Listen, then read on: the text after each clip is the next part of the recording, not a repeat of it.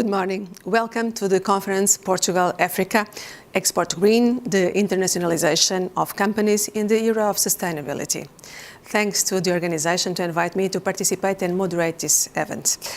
In my career as a journalist, I had and I worked experience in Africa, and I know well what kind of opportunities we have in Africa as Portuguese, as Europeans, of course. Africa has an enormous potential as market and as a big community with a special relationship with Portugal and with Europe. It's my pleasure to participate and moderate this conference. The conference will highlight benefits of the green exports and investments, and during the next hours we will address a wide audience from professionals to citizens passionate about Africa. And we will have the opportunity to debate challenges and opportunities, of course. We have a lot of presentations today, this morning, with 15 speakers about this topic, and the program is ambitious, of course, so I will try to be brief in the presentations of the speakers. First, to start with the introduction, I invite Luís Castro Henriques, the President of Aicep. Welcome, Luís. The stage is yours. Thank you very much. Dear Minister of Mineral Resources and Energy of Mozambique, Mr. Ernesto Max Tunela, dear Minister for the Environment and Climate Action, Mr. João Matos Fernandes, dear Secretary of State for the Internationalization Affairs, Mr. Eurico Brilhante Dias, dear Secretary of State for Energy, Mr. João Galamba, my dear President of CIP, Mr. António Saraiva, our partner in this event and my dear friend. Distinguished speakers, guests and entrepreneurs, ladies and gentlemen, good morning and thank you very much for being with us digitally. It is my great pleasure to welcome you to the Portugal Africa Business Seminar, Exporting Green Economy, where we will discuss throughout the whole morning the internationalization in a sustainable era. This conference aims to provide a forum to debate and contribute to learn more about the green economy benefits, especially in these challenging times, and also to encourage Portuguese and African companies to do more business and foster new opportunities. As Africa and Portugal look certainly to recover from the COVID-19 pandemic, we believe the time is really right to prioritize green transformations in that recovery. As the Nobel Prize in Economics mentioned, Milton Friedman said, and also the African Development Bank emphasized in its COVID-19 Rapid Response Facility document, only a crisis produces real change and is needed to develop alternatives to existing policies until the politically impossible becomes actually politically inevitable. If Friedman is right, we should not waste this pandemic crisis to make it urgent to include sustainability into our internationalization strategies and to our own companies' business plans. I hope this seminar will have a fruitful outcome for everyone. Thank you very much. Thank you, Luís. Thank you so much for the first words at the conference, and we will go away.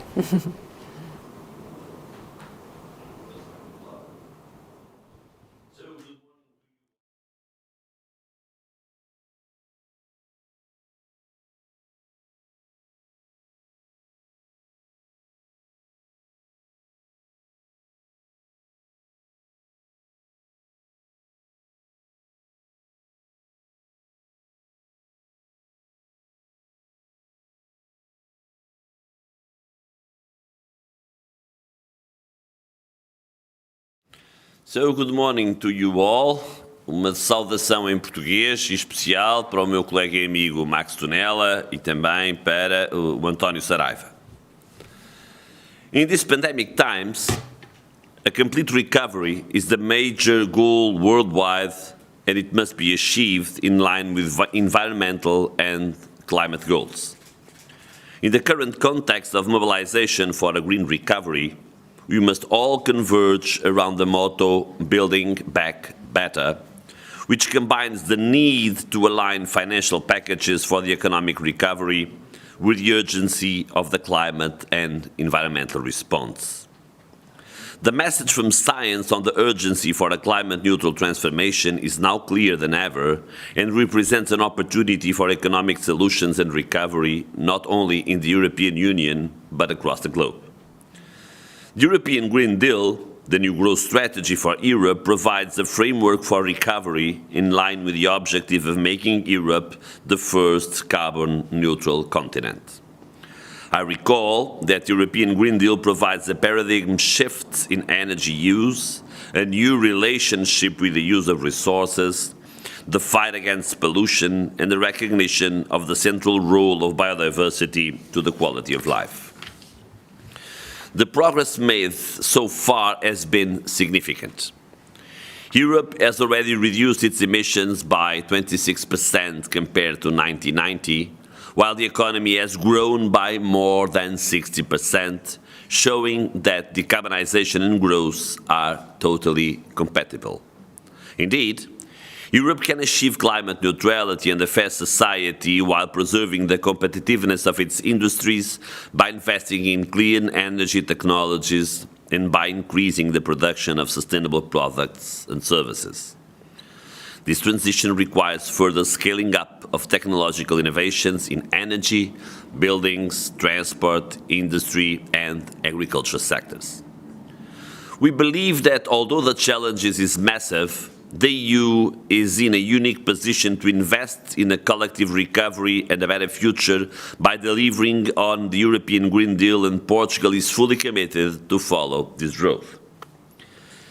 In 2016, Portugal assumed the commitment to reach carbon neutrality by 2050, and the roadmap was designed with a very concrete set of measures and actions to be implemented. The investment needed to reach carbon neutrality in Portugal is estimated in €1 trillion up to 2050. In later years, we significantly increased the share of renewables both in the supply side and in the end use. We already have a 60% renewable share in electricity generation. However, motivation is high to go much further in the transition towards cleaner energy, thereby accelerating renewable energy uptake to reach 100% by 2050. The COVID-19 pandemic brought up as additional reasons to accelerate this transition and to pursue our energy and climate goals with renewed ambition. For the implementation of these reforms and for the energy transition, the EU's Recovery Instrument, new Next Generation EU, along with the multi-annual financial framework, are a key element, while ensuring the achievement of environmental and climate change commitments, creating green jobs, leaving no one behind. The Recovery and Resilience Facility, which lies at the heart of the EU's recovery plan, will make €172.5 billion in grants and loans available for public investment and reforms in Europe. In Portugal, the €16.6 billion of the Recovery and Resiliency Plan is fully aligned with the climate and digital transition objectives, allocating more than the required 37% to climate action, both mitigation and adaptation, and complying with the do no significant harm principle. Portugal's Recovery and Resilience Plan includes investments in sustainable forest management, in water efficiency plans, in energy efficiency in public and private buildings, in renewable energy sources, including green hydrogen, in sustainable mobility, in bioeconomy, in the decarbonization of industry. These investments must be prioritized, contributing to our energy and climate goals while allowing to boost the economy. Green investments have the potential to rapidly deliver jobs, growth, and improve the way of life for all citizens worldwide, and to contribute to build more resilient societies. Africa is particularly affected by climate effects, and in this context, there is also a contribution to be made by companies, Investment in Africa should support the necessary transition to a resilient and carbon-neutral economy, improving the quality of life of populations, fighting poverty, and, at the same time, respecting nature and the limits of natural systems. We consider, therefore, that the financial sector, together with the instruments that the EU have to support the economic sector in Africa, could play a key role in promoting green investments, taking into account the fact that the project risk analysis must include the ability of a project for fighting or worsening climate change. Governments have the responsibility to give markets the correct signals for stability, enabling concrete investments aligned with the most ambitious climate goals. The EU Sustainable Finance Taxonomy Regulation is an essential financial instrument in the green and digital recovery for the COVID-19 crisis to guide investments in the identification of environmentally sustainable activities. It is fundamental to give the right signal and to indicate the best path to investors so that the European Union and partner countries achieve climate neutrality and to transform our territories more resilient to the impact of climate change. Portugal has a valuable history of cooperation with Portuguese-speaking African countries in areas of particular relevance for this green transition. Climate change, water resource management, water and wastewater services, waste management or energy are just some of the fields where public and private Portuguese actors have been building strong partnerships with African countries. Not only on the basis of technical assistance and capacity building projects, but also being a part in the development of infrastructures or supporting the development of regulatory and public policies framework. The resources of cooperation must be channeled to sustainable investments that accelerate the transition on the economies of partner countries toward decarbonization, resilience and sustainability, avoiding lock-in effect or standard assets. After more than a century, with an economy model fully dependent on fossil fuels, nowadays we witness a growing number of countries committing to carbon neutrality and renewable energy deployment. This represents a huge transformation at global level, and we will only succeed in this endeavor if we speed up and raise the shares of renewables, both in the supply side and in the end use, and if we accelerate our efforts to change the actual paradigm.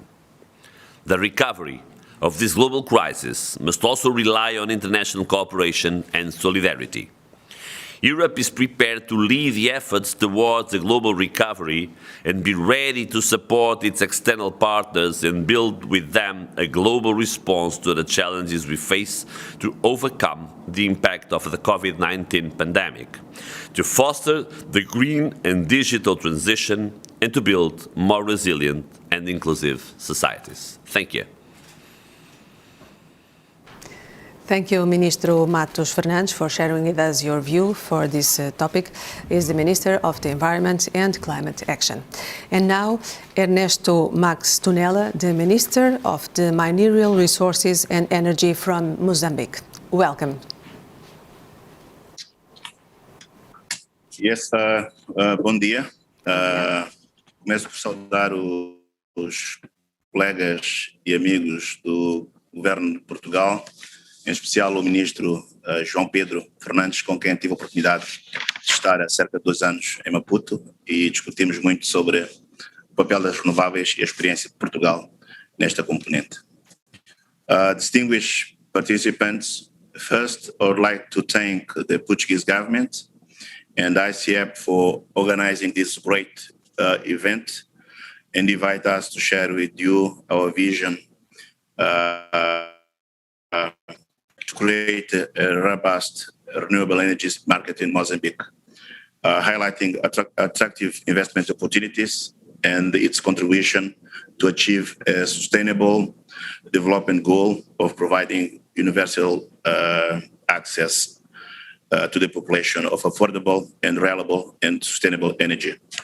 As you know, Mozambique holds a vast diversity of renewable resources which includes solar, wind, hydroelectric, biomass, among others.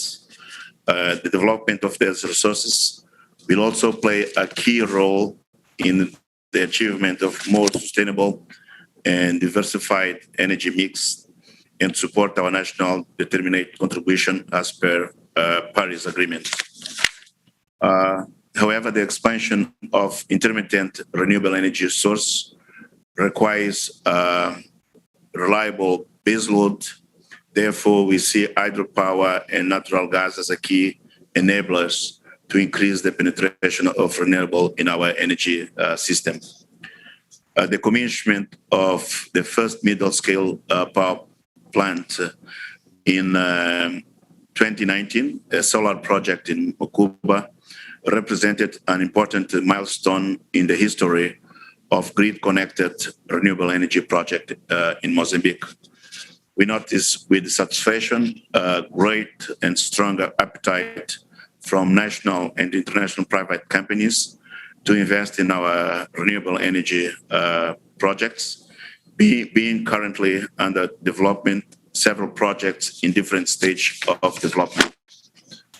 In this context, for the next 4 years, we expect to increase our generation capacity in more than 600 megawatts, of which more than 30% is linked to middle-scale solar and wind project. And also, we have the remaining based on gas-based projects. We believe that the grid-connected renewable energy sources is important because allow the timely installation of mid-scale plants close to the load centers, creating a more decentralized system and to improves the security of supply in Mozambique. Currently, there's a 450 megawatt gas-fired project in Temane, an investment of around $600 million, scheduled to be commenced on 2023. It is a project finance project with a partnership with an European company.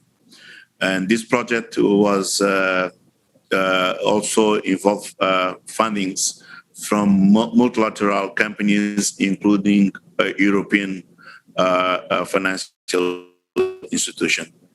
And the additional remaining capacity of around 200 megawatt will come from the development of solar and wind project located in different parts of the country, as per Metoro, solar power plant under construction, a project financed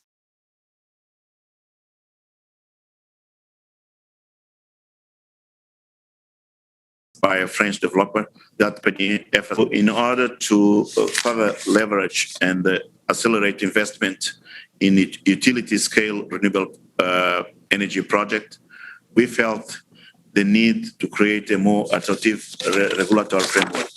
Therefore, the first renewable energy action program in Mozambique was launched by the government last October. This program introduced a competitive and transparent bidding to select strategic partners for the development, financing, construction, and operation of 3 solar power plants of around 440 megawatt peak each, and a wind farm of 50 megawatt peak in a total investment estimated of around $200 million US. So the expression of interest of this first site was launched last October, and the tender of the second and third sites are expected to take place in the course of this year. The Renewable Energy Action Program benefits also from European Union finance support. We should also mention that renewable energy plays a key role in the off-grid electrification, and we are working with the private sector to structure initiatives to supply energy service to around 1.5 million people through mini grids and solar home system over the next 4 years. The actions and the off-grids initiative represents a good opportunities for private sector European companies, Mozambican companies, and benefit from non-reimbursable result-based funding to the risk business initiatives and achieve competitive commercial return. So clean energy will play a major role in powering the Mozambique economy through the development of projects for the productive use of energy that will stimulate employment, create household income, contributing to the poverty reduction, mainly in rural areas. The government of Mozambique counts on strong support and involvement of Portuguese government and the European Union to continue strengthening the energy sector, particularly in energy renewable projects. Portugal and Mozambique are bound by strong historical ties. There are already many Portuguese companies operating in Mozambique. However, there's still a lot to do. There's still a room to further expansion on our bilateral cooperation. So Portuguese companies are at the forefront of renewable energy sector. As the minister mentioned, more than half of the capacity is based on renewable, and they have a large-scale installed capacity in wind and solar, particularly. And we heard more recently that they are already working on the green hydrogen projects. So we'd like to challenge Portuguese company to bring know-how to come, establish and invest in those value chain project in Mozambique energy sector. Thank you very much for your attention. Thank you very much. Obrigado. Muito obrigada. Thank you very much, Minister Ernesto Max Tunela, and we wish a lot of strength to win the war in Palma, of course. Thank you so much. Now we go to the next speech with António Saraiva, the President of CIP and the Vice President of the Business Europe. Welcome, António. Bom dia. Good morning. Permitam-me os cumprimentos institucionais em português. Sou Ministro do Ambiente, João Matos Fernandes. Sou Ministro de Recursos Naturais e Energia de Moçambique, Ernesto Max Tunela. Senhor Presidente da Aicep, meu querido amigo Luís Castro Henriques. Sou Secretário de Estado da Energia, João Galamba. Sou Secretário de Estado da Internacionalização, Eurico Brilhante Dias. Dear representatives of public and private national and international entities, ladies and gentlemen, online participants. On behalf of CIP, the Confederation of Portuguese Business, let me start to welcome this important initiative that aims to bring Portuguese and African public and private entities closer together to discuss ways to foster our common green economic agendas in the context of the renewed EU-Africa partnership of equals for sustainable investment and creation and job creation. Africa and Europe are natural and strategic partners to face common challenges related to sustainable economic growth, climate change, migration and security. The pandemic has produced many disruptive effects. In sub-Saharan Africa, for instance, while the GDP is projected to decline by 3.3 in 2020, the region is seeing the first recession in 25 years. This has dramatic effects and can push 40 million people in the region into extreme poverty, eliminating at least 5 years of progress in combating poverty. The EU-Africa relations have suffered from a delay as the summit between the two continents that was to take place last year did not happen because COVID, and sadly it still does not have date set. So the pandemic direct and indirect effects make a new definition of EU-Africa relations even more urgent. Achieving the SDGs and a green transition remain a crucial objective. The public measures to support African countries facing the immediate crisis are welcome. But if you want to truly deliver on sustainable growth and job creation, towards the green transition, the right measures must be put into place so that the private sector will invest and are be able to deliver on these objectives.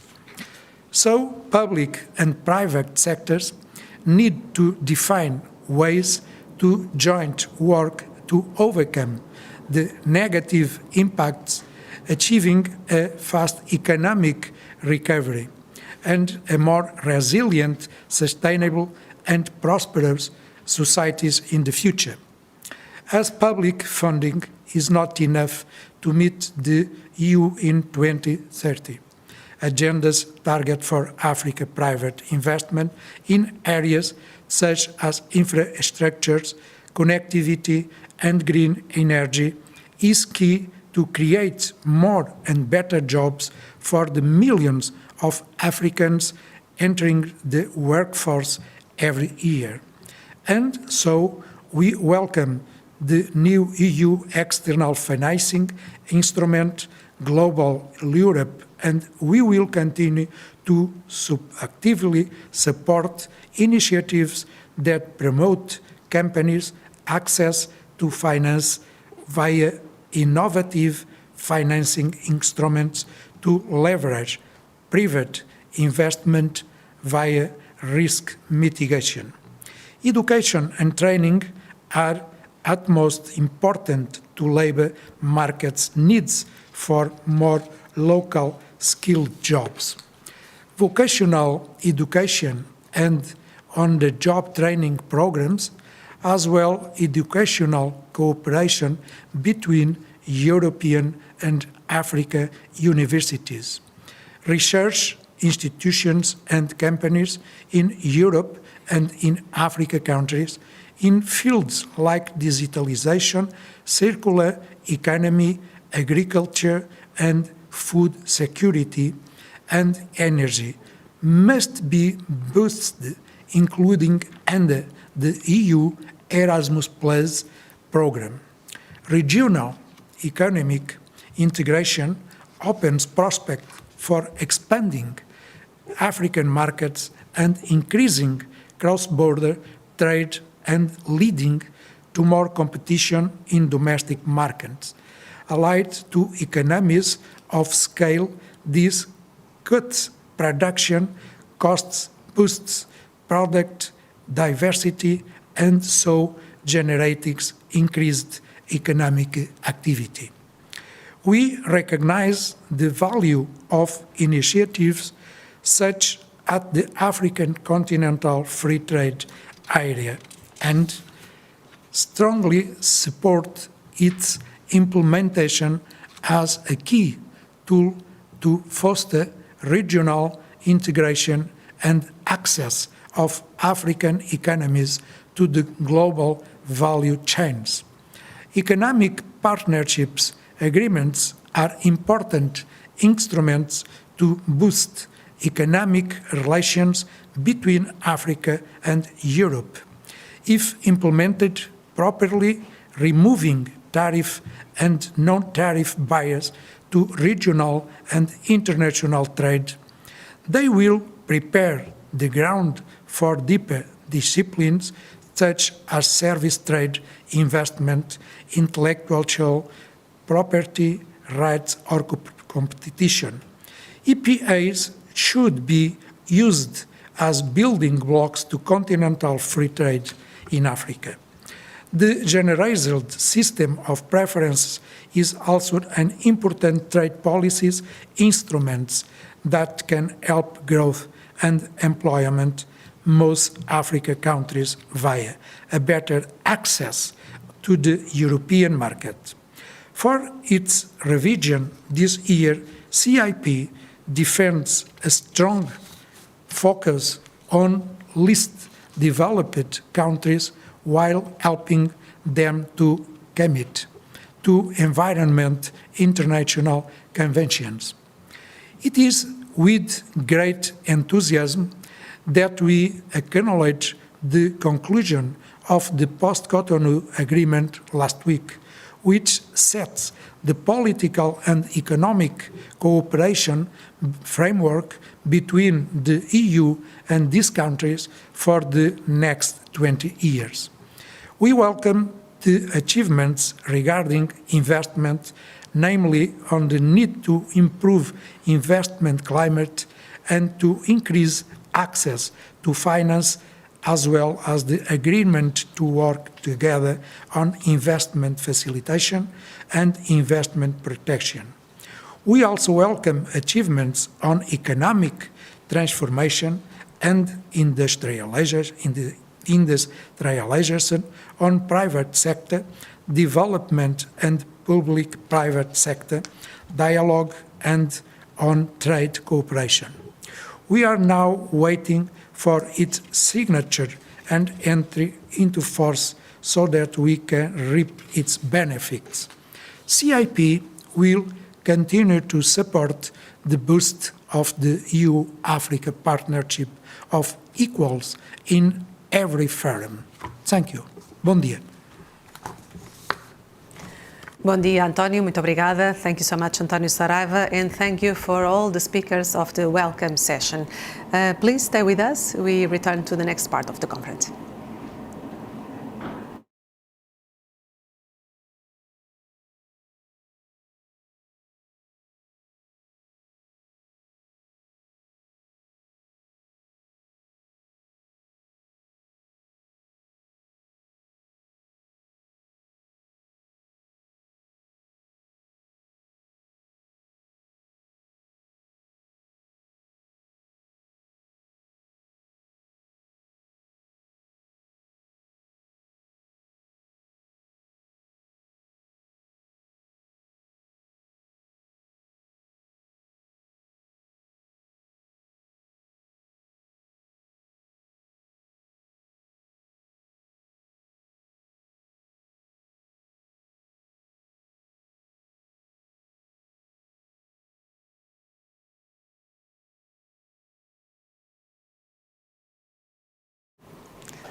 Good morning, welcome again.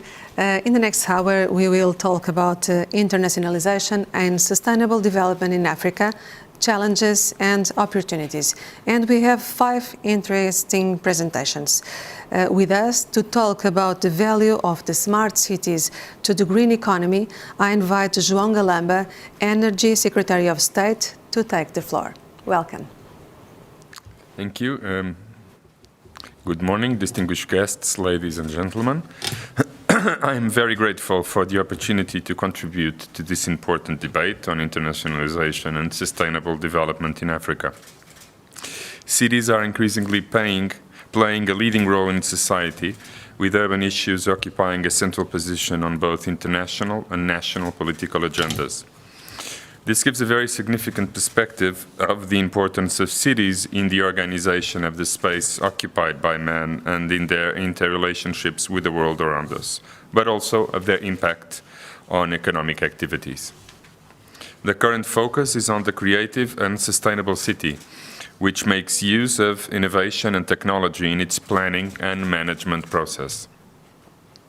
It is also a more decentralized city with multiple decision-making centers, more open to citizen participation. What is a city today? What will the cities of the future be?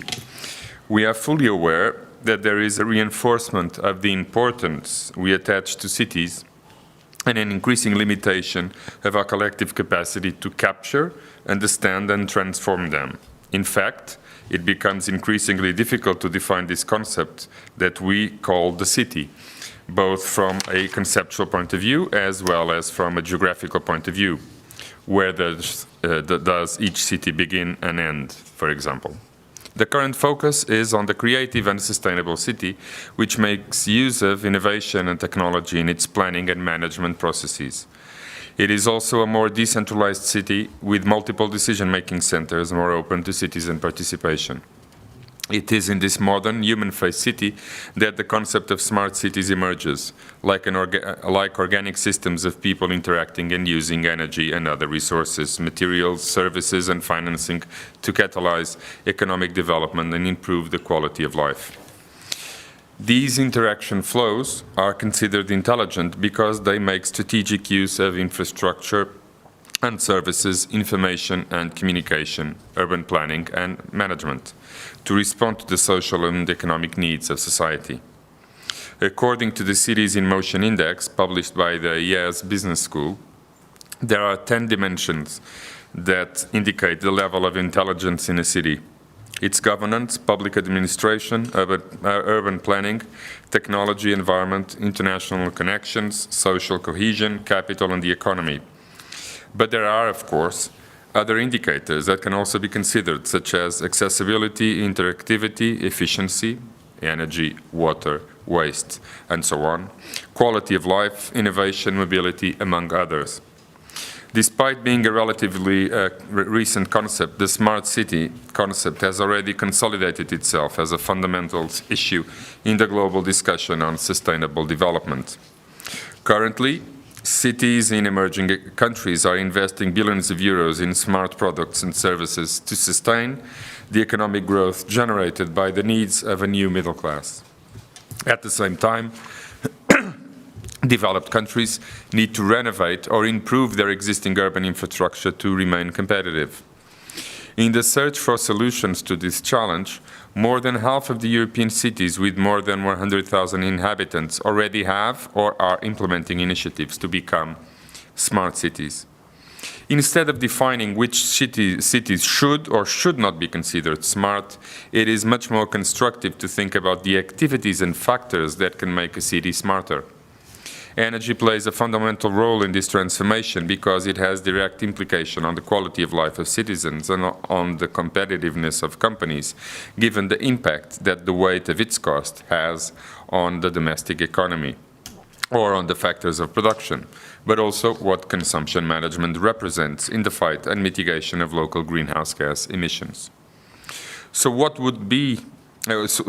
should be the priority areas for intervention to make cities smarter? Undoubtedly, sustainable buildings, but also smart mobility and sustainable transportation. The integration of clean energy and renewable energy communities, smart and distributed networks, the valorization of endogenous resources, and materials and the protection of natural resources. Cities have been active agents in the decarbonization of the economy, and it is essential to take advantage of this dynamic to create low-carbon cities. This is crucial to promote the transition to a green economy, since it is where most of the world population lives, with significant economic activities being also a center of knowledge, innovation, and technology development, essential ingredients for the creation of smart cities. Smart cities aim to promote an Internet of Things network that will integrate several devices and infrastructure connected with citizens based on sensors and information and communication technologies to optimize the efficiency and quality of life of their inhabitants. For this reason, redesign cities as an integrated system instead of isolated parts will allow them to become more intelligent, resilient, and safe, with a smart and low-carbon society able to better fight climate change. Energy plays an extremely important role in the creation of smart cities, namely in the promotion of green and smart buildings, residential, public services that use sustainable solutions and technologies, such as energy efficiency equipment systems that allow the production of electricity for self-consumption, eco-friendly and renewable materials and energy and recycled materials, and energy management systems able to optimize the energy use in buildings. Portugal has a long-term strategy for building renovation, with the aim to obtain a decarbonized building stock with high levels of energy performance, based on the retrofitting of the existing buildings in nearly zero energy buildings, in line with the Renovation Wave initiative. Also, self-consumption and renewable energy communities, based on the use of local and decentralized energy systems in the city's infrastructure for self-consumption and to share locally, thus creating renewable energy communities that promote citizens as active enablers and agents of the energy transition. Also important in fighting energy poverty, in protecting vulnerable consumers, in strict cooperation with municipalities and local agents. Regarding this specific point, I have to mention the collective effort of Portuguese municipalities and cities in pursuit of these objectives. The recognition was made with a distinction in June 2018, attributed to the city of Lisbon as the European Green Capital of the European Green Capital 2020 award.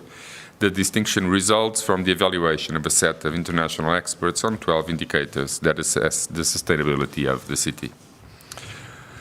Also, smart mobility, using electric vehicles or fuel cell vehicles as a path to reduce CO2 emissions and the energy transition in the transport world, while increasing the city's environmental benefits. Electric vehicles, as also fuel cell vehicles, should be seen as mobile batteries decentralized and connected to the entire urban energy grid to achieve better integration of renewable energy in the cities. Cities need to become a recovery target after the pandemic situation to be more sustainable and self-sufficient. This effort must be supported by available financing mechanisms that connect essentially in-market failures or as leverage capital for private intervention, attracting and captivating investors to promote a carbon neutrality that can be best achieved on the ground and locally. We are fully aware that it is only possible to achieve this neutrality by acting on a transition from the current energy model to a more sustainable energy model. It is needed to bet on rebuilding smartly and not resort to the business as usual approach. What is needed is to reorient the development of our cities into smart cities to achieve a green, circular and resilient economic development. Thank you very much. Thank you very much, Secretary of State João Galamba. And now to present us the roadmap of the challenges and opportunities in Africa, I invite Luís Castro Henriques, the President of the Aicep Portugal Global. Welcome, Luís. Hello again, everybody. I hope you're following with interest our seminar. I certainly am. As the Secretary of State for Energy just highlighted, the importance of smart cities for the green economy, and I fully agree, Portugal can really play an important role on this matter. This is of crucial importance. Now, I'll try to point out some of the challenges, but also, and above all, the opportunities for internationalization in Africa. Let me start by saying that I believe exports and investment provide an excellent platform to galvanize joint action in sustainable development, enabling a bridge for the relationship between Portugal and Africa naturally.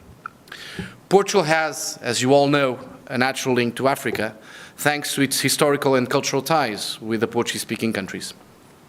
But indeed, Portuguese companies have been extremely successful in Africa for many, many years. And that's what I'll be talking about now. In 2020, a critical year due to the pandemic, Portuguese exports of goods and services to Africa reached about 4 billion euros. African countries represented about 6% of total Portuguese exports of goods and 5% of services, and Angola continued to be the leading destination of our exports. Now, regarding investment in 2020, Portugal invested about 6.5 billion euros in African countries, especially in 4 markets: Angola, Mozambique, Cape Verde, and Morocco. At the end of 2020, the overseas direct investment stock in African markets for Portugal accounted for almost 30% of the total. Indeed, we know Portuguese companies are still looking to further increase their presence in Africa, with special attention, naturally, in the Portuguese-speaking countries, either through selling their products, establishing subsidiaries, or even by looking for partnerships and new opportunities for investment. Portuguese companies bet on a long-term perspective on the African markets, and I think this is of utmost importance. And by 2019, we had more than 5,000 Portuguese companies exporting and with presence in Africa. Portuguese companies are familiar with the African markets, its local specificities, its procedures, but also interacting with its local teams. It is not by chance that many foreign companies from many different countries, whether they are Nordic, German, or even Chinese, have partnered with Portuguese companies. And let me give you an example that will be also referred later in the session, the case of Motengil, who recently partnered with a Chinese company to partner up for further activities in Africa. Moreover, I believe that sharing one of the most widely spoken languages in the world is certainly a competitive advantage that companies should certainly explore more. Portugal is perceived as a platform for those who wish to do business with the Portuguese-speaking countries and can certainly be a reliable partner in Africa.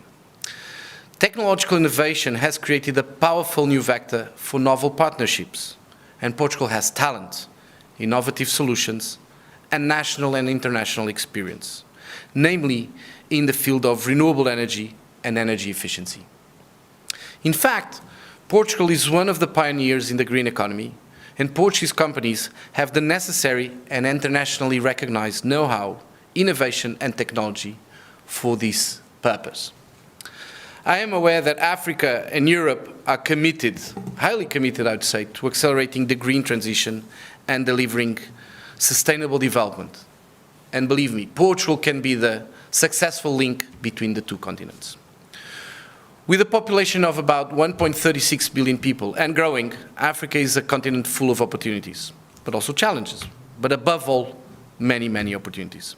The percentage of people living in cities will reach 50% by 2030. Africa has the youngest population in the world, and it is growing extremely fast. In 2050, we expect that 1 in 4 people in the world will be African. By 2100, about 40% of the world's population will be on this continent. Africa has already a growing population with increasing purchasing power that can be a catalyst for the growth of the domestic consumer market. The abundance of natural resources is obviously well known, and there are several African companies that are also already respected international players in the most varied sectors worldwide. But Africa still needs many kinds of infrastructure, namely in education, health, and even regarding the transportation and the whole logistics system for certain consumer goods. In addition, as UNCTAD says in its Trade and Development Report in 2020, which was recently updated in March, Africa was severely hit in 2020 by the pandemic, and its economic output shrank by almost 4%, which compares with a trend of growth of more than 3%. But let me stress this interesting point, which I think shows the vitality of the African economy. The coronavirus pandemic triggered an e-commerce boom in sub-Saharan Africa alongside the rest of the world. In this particular case, in Portugal, Aicep is developing e-commerce services and products to support Portuguese companies, such as e-learning courses, workshops, and even partnerships with international marketplaces. There is no doubt that 2020 was a watershed year for the digital transition, but the benefits of this uptake will depend on the digital readiness of individual countries.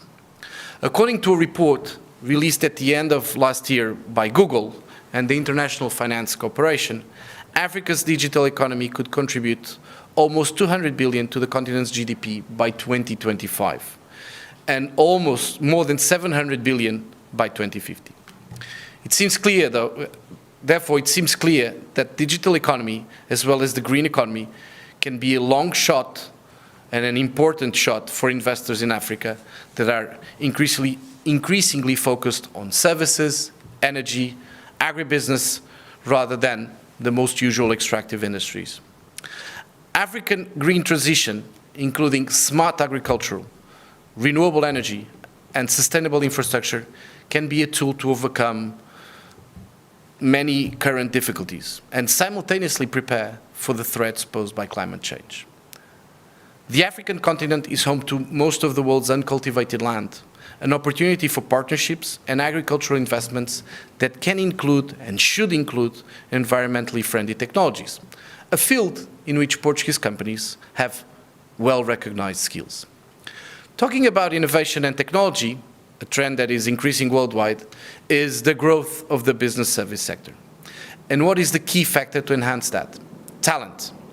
We believe talent is the major competitive advantage of a country, and Portugal is the proof of that. Portugal has been investing in talent for decades and has been attracting new investment projects in recent years, each time more and more innovative. Some Portuguese universities currently offer student exchange programs and programs for African students, with the aim of promoting higher education in the region. We believe that sharing expertise helps fostering new investment and will certainly contribute to a better future. The pandemic recovery strategies appear to give a further boost to the transition to a green economy and pushes us to collectively chart a new path that leads from recovery to a more resilient, more equal, and more environmentally sustainable world. In an interdependent global economy, international cooperation is vital to both recovery and resilience. Incentivize businesses to create green jobs and green industries. This is a progressive approach to building a smarter, greener economies that can deliver sustainable development. It is my strong belief that Portugal and the Portuguese companies can help Africa achieving these goals in a successful manner. Thank you very much, and thank you all for the attention. Thank you very much, Luís Castro Henriques. Presentation with a lot of hope to the future. And now, to get another point of view, a point of view about the structural economy transformations and the impact of the green economy, I invite to take the floor Miriam Fournier-Cassimi. She is the CEO of Sanji Sage. Welcome, Miriam.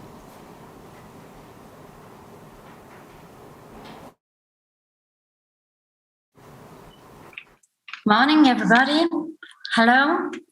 I'm really more than happy to have the honor today to share this huge and important conference among Portugal and the European Union. Dear ministers, your excellencies, ambassadors, ladies and gentlemen, thank you so much for attending this huge conference to see how we should cooperate among Europe, Portugal, and Africa to develop a really sustainable economy in Africa. Should I share my screen? Or you were supposed to do so?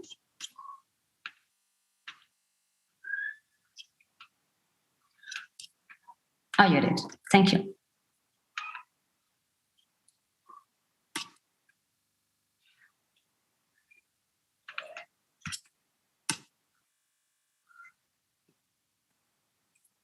Okay, it works, sorry. So Africa is the richest continent of natural resources. We have a huge and diversified potential of primary resources. Unfortunately, Africa is still in the dark.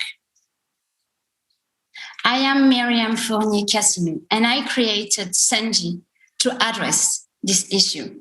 Sanji is a solar energy developer with innovative systems and solutions to address the specific needs of African countries, because we do have specific issues to address.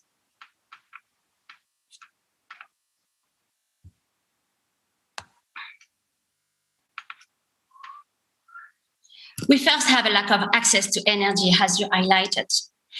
Almost 635 million of people are not connected to electricity.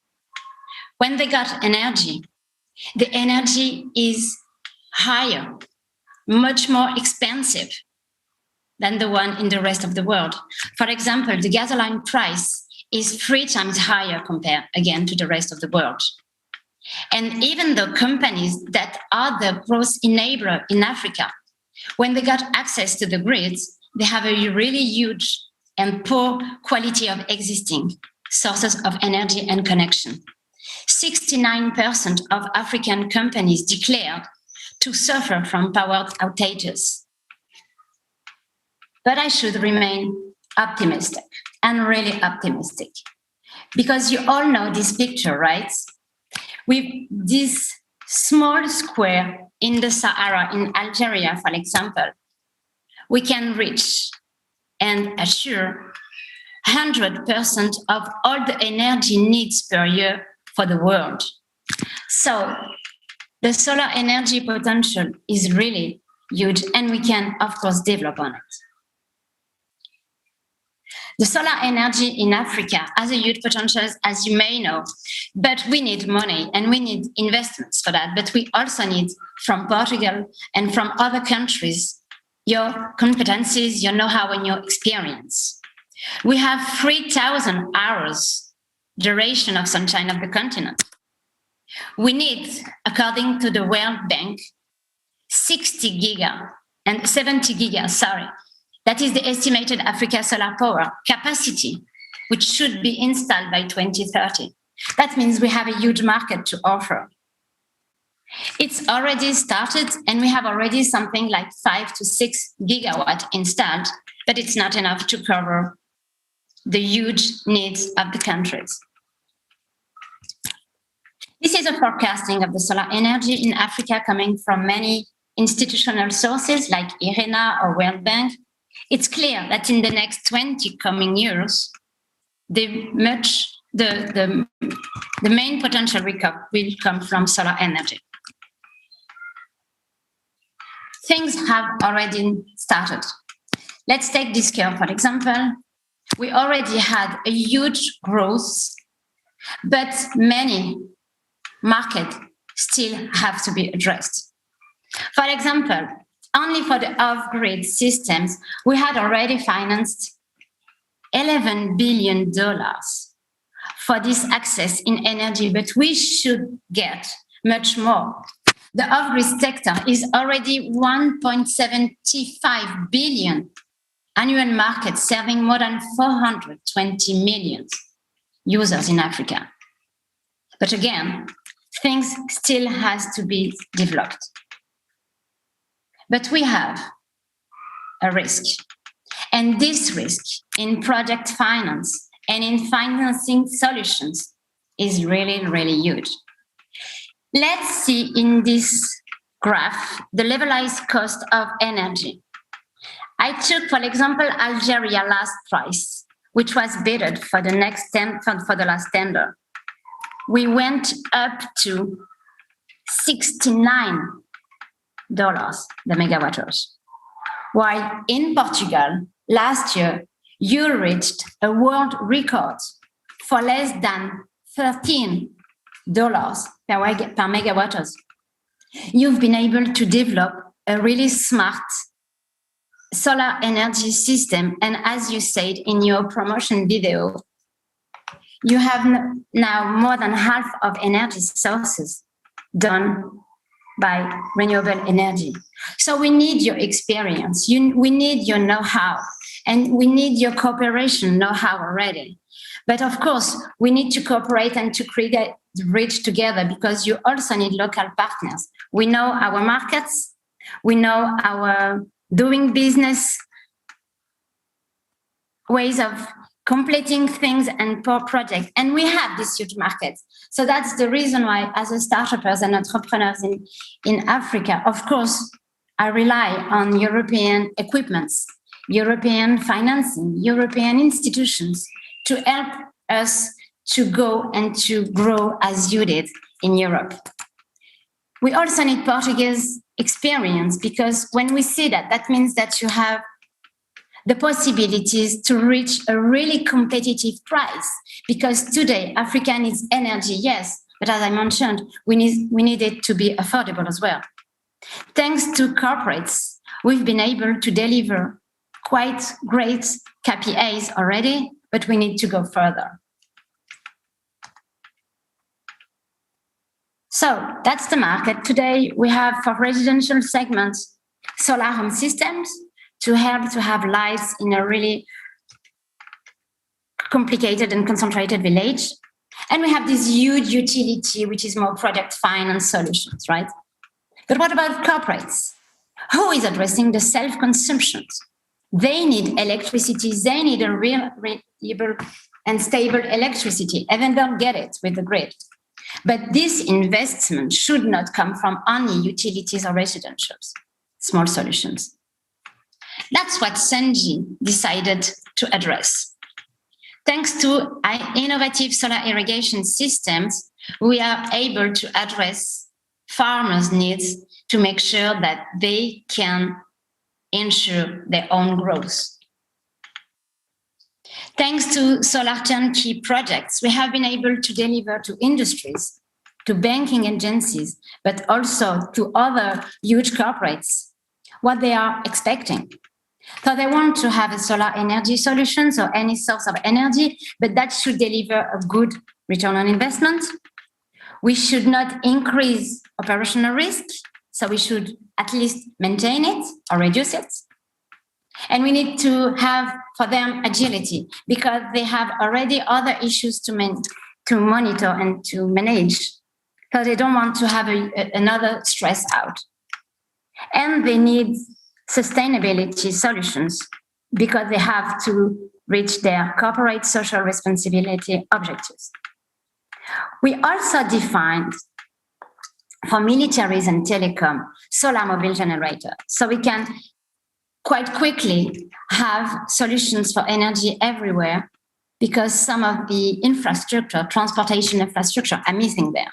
So those three kinds of solutions were really built up to address the specific African countries' energy needs.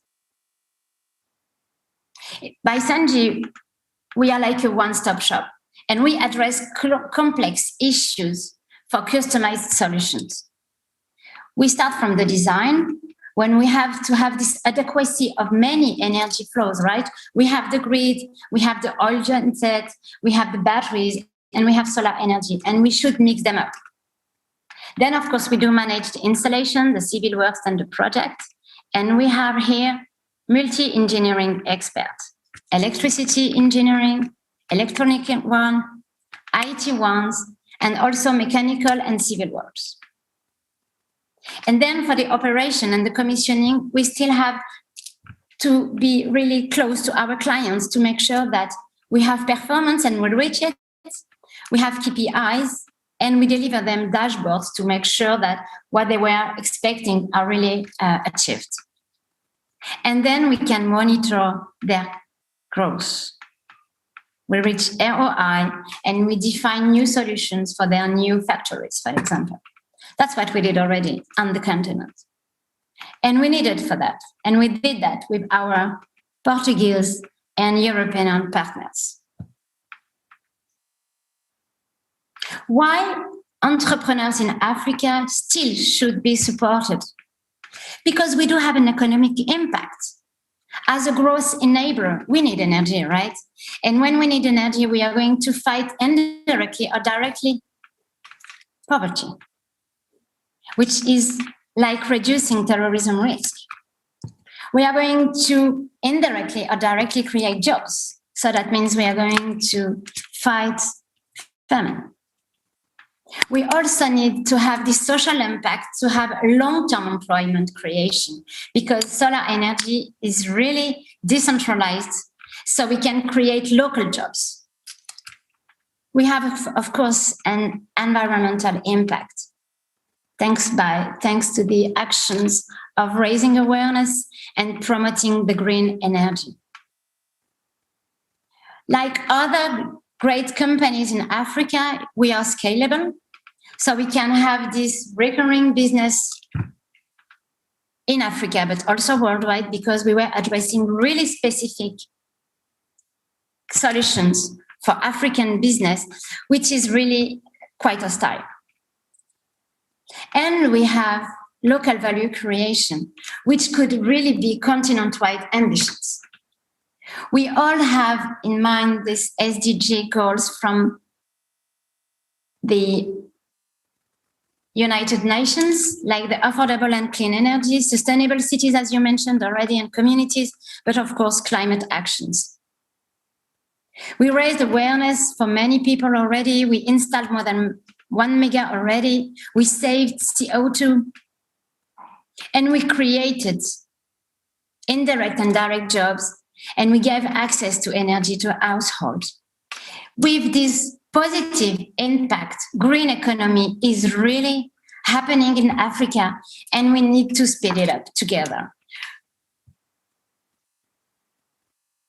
Based on what we achieved already, we received many distinctions, and we created strategic partnership. For example, in Algeria, we have the chance to have, and I wanted to thank them, a very interesting team from the Portuguese diplomacy, and also we already have great companies like Lucio ones, where they are specialized in buildings. We have been able to create these partnerships to make sure that we can deliver together a very attractive and affordable projects together, but also reliable one. I think the screen is not shared anymore.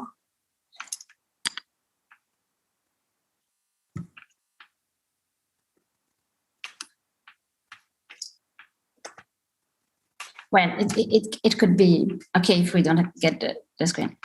So I wanted just to thank again Mr. Ruiz, the ambassador in Algeria for Portugal country, Gonzalo, Monica, and all the teams that organized this event to make sure that we are delivering already in Algeria and in Africa quite great projects. But we need the open innovations that Portuguese company could deliver. You have the willingness, you have the startups, you have the know-how and the experience of this innovative, and we know our markets. We are locally based and we can really create this value together. Thank you. Thank you, Miriam. Thank you so much. It was an important contribution to the seminar. It was a pleasure. Well, and we go forward with another topic, the relevance of the circular economy. That's it, the relevance of the circular economy in the sustainable economic development will be the next topic. And it was my pleasure, and it is my pleasure today present you the Emídio Pinheiro, the president of the EGF. Emídio, I met you at Angola, and we are here this morning to talk about Africa, the challenges, the opportunities. Welcome, and please, the stage is yours. Thank you, Rosalia. It is very true. We met in Angola some years ago, and we are here together today also to discuss Angola and Africa. And good morning, everybody. Good morning, distinguished guests. Good morning for the speakers. It's an honor for me to be here today, this morning. I am a businessman, and therefore I'm going to speak about the business and the business I'm involved. So today I'm going to show the capabilities of Motengil. EGF is a part of Motengil in the environment business, and how a strong home base is the foundation for a successful internationalization process focused especially in Africa. And in doing this, we contribute to the inception of a circular economy in these developing countries and create better living conditions for their population. Oops. Let me go back. Yes, okay. We are an internationally diversified group with a vision for the future. We are a market leader in waste management, being present in the entire value chain, from urban cleaning to waste collection, treatment and recovery, with technology developed for the generation of power, waste to energy, as we call it now, through to holding companies, SUMA, which means in English, urban services and environment services, and EGF, which manages 11 state concessions all over Portugal. As a group, we are very international, so we started here in this very tiny territory in Portugal. We went all over the world. In the last 10 years, we multiplied by 8 our presence all over the world. And in environment and service businesses, we have a turnover, not consolidated turnover, of 485 million euros, roughly 2/3 in Portugal and 1/3 all over the country, especially in Africa. So, what we do in Portugal here, we are a leader company group in Portugal in waste management. As I mentioned previously, we operate through two holding companies, SUMA and EGF. And these two companies serve accumulated figures, 10 million people, which is roughly the total number of population in Portugal. So there are double counting here. We collect and treat roughly 5.5 million tons of waste. We have 6,000 employees and 1,800 vehicles working in our operation. So it's a huge operation here in Portugal.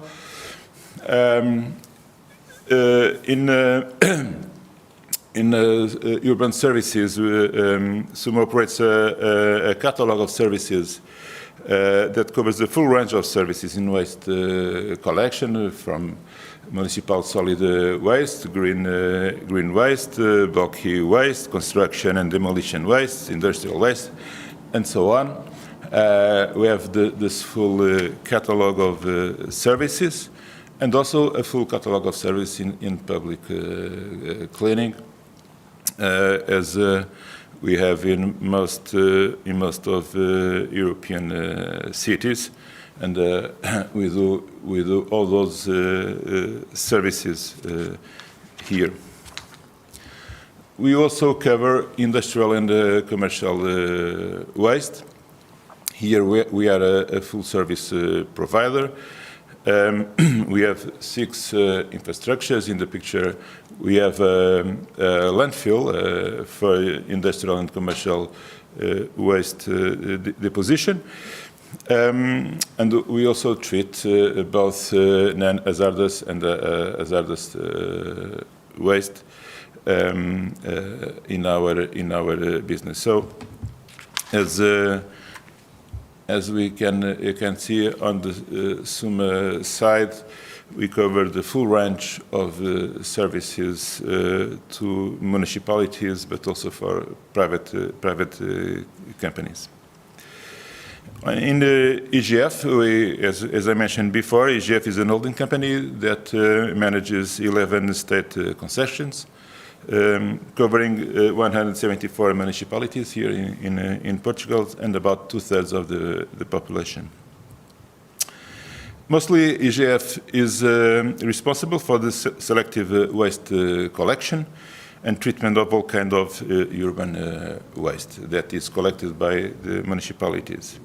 By selective waste, we mean plastic containers and cans that goes from one basket, paper and cartoon for another, glass for another one, and now it's beginning the organic waste as a new line of business, and it is a national objective to develop this.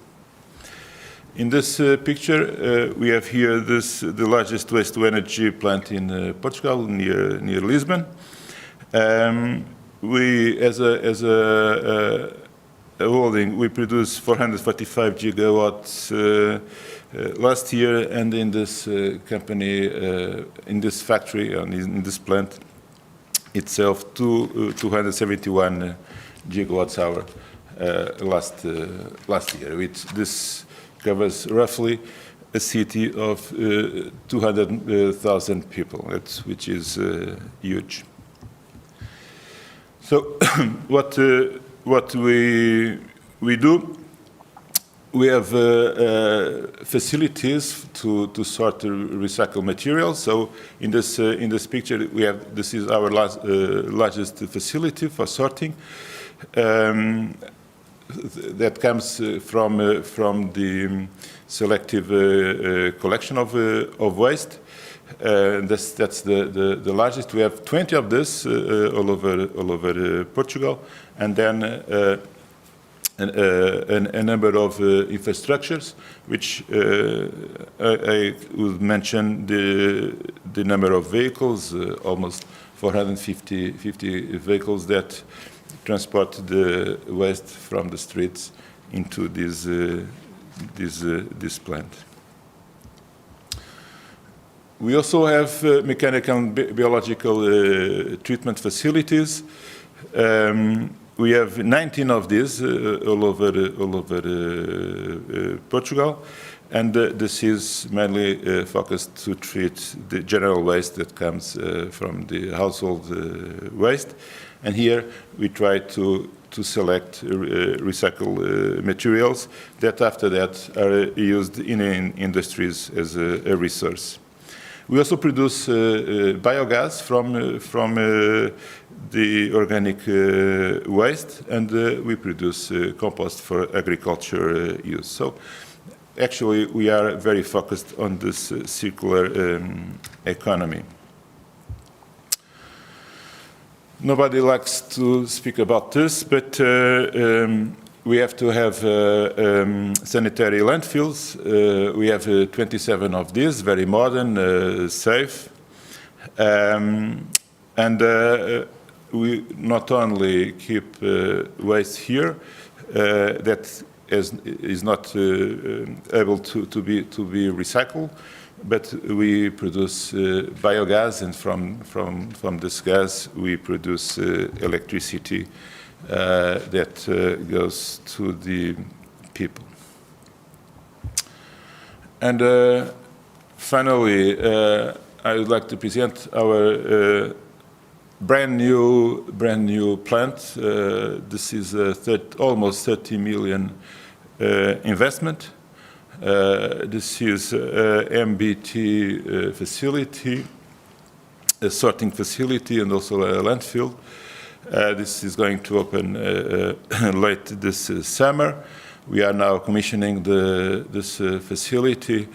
The best technology, the last technology that the world can offer is in this plant. So we try to go after what the world can offer as the best solutions.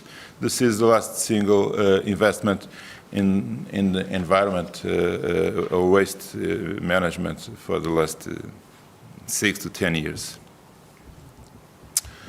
And finally, we cannot do our job without environmental education and without being connected to the people. So that's a major part of our job.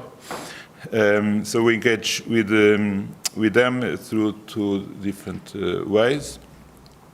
One is through education, especially in schools and with the children.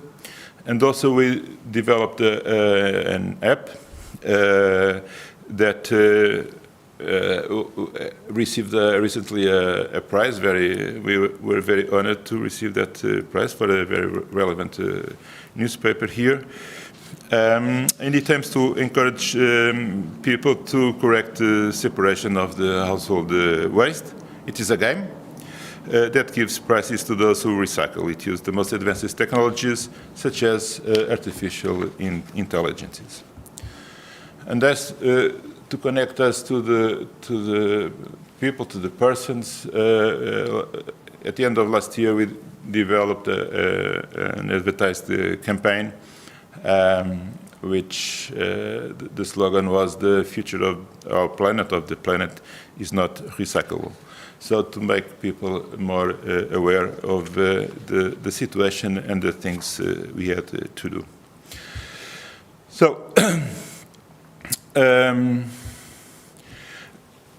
have a strong domestic base. We are leaders. And this is like football, as it is very much discussed these last couple of days. But if we have a strong domestic base, if we win the domestic league, we can go to the international league. That's what I'm going to present you, and especially in Africa. We have a full range of different operations. I'm going to begin with Angola. As Rosalia mentioned, I lived there for 11 and a half years. I was CEO of a very large bank there, so I miss them very much, and I suffer with them very much in these days with this crisis of this rainfall that is suffered a lot in Luanda. So we have there a very nice operation started in 2008 and covers about 2 million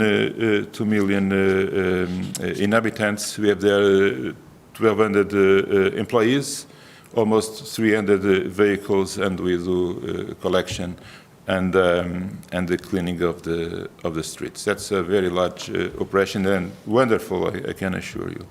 In Mozambique, hello, Minister, we have there a very small operation, much smaller. We would like to increase it, but it is similar to Angola in a smaller case. We collect the waste and we clean the streets. Oops, I'm sorry. That's Mozambique. And now Ivory Coast. In Ivory Coast, we have two different businesses. Here, it is a landfill, brand new, that we developed there in Abidjan. It started very recently, 3 years ago. And it is going very, very well, and this goes together with an operation of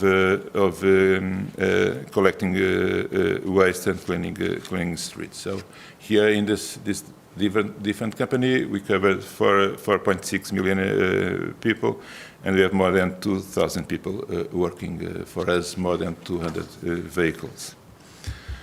Also in Oman, that's a very different operation, because here it's the only operation that Motengil is not present. So it's by our own. We have there an operation that is also going very, very well. Waste collection, street cleaning, and we are managing this sanitary landfill.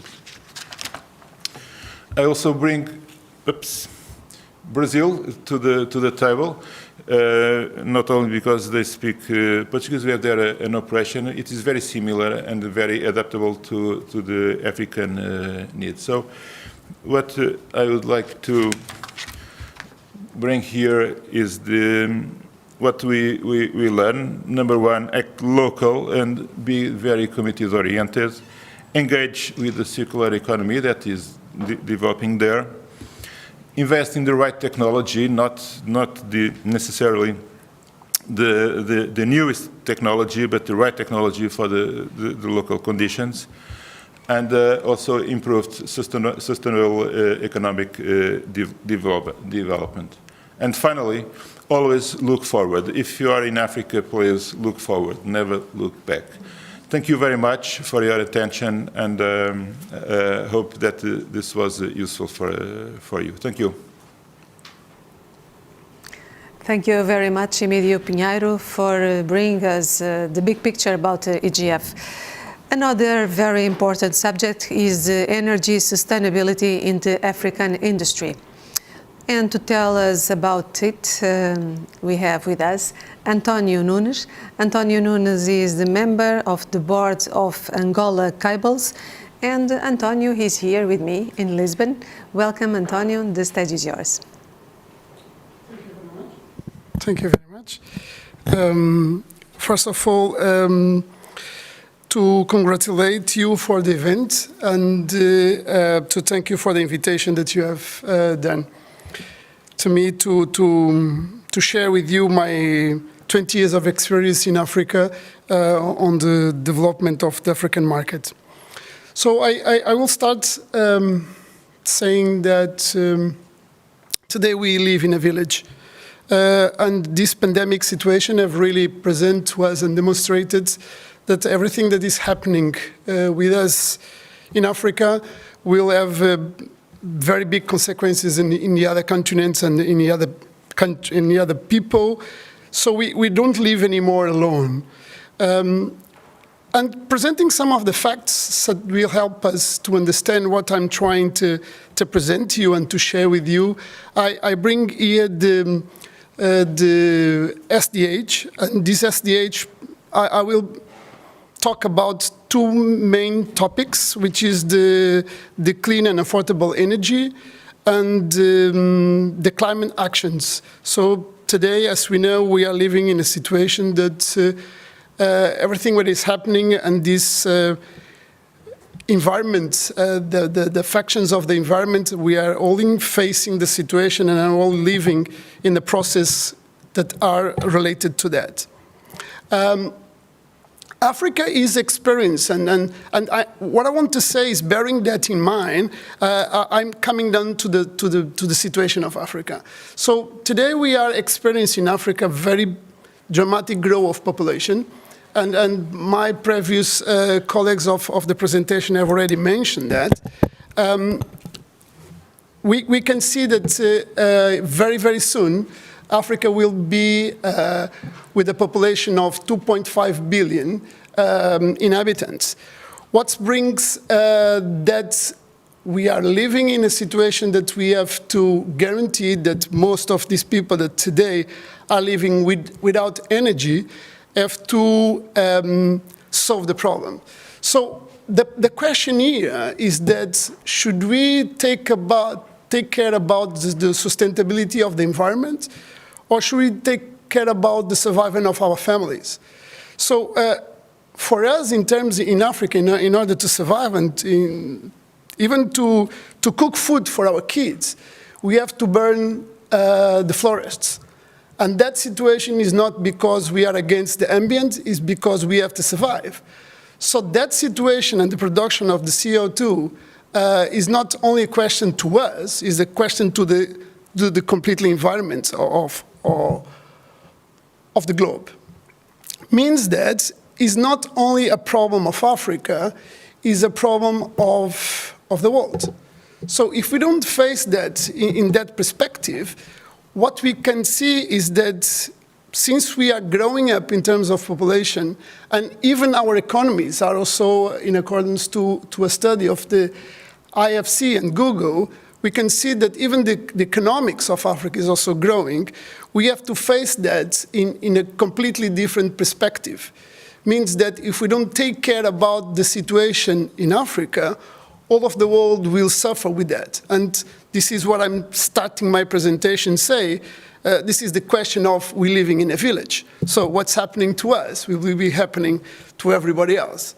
But the reality in Africa is still completely different. So most of the population and most of the problems in Africa is still a problem from the energy sector coming, and in the sub-Saharan region, half of the population still living without electricity.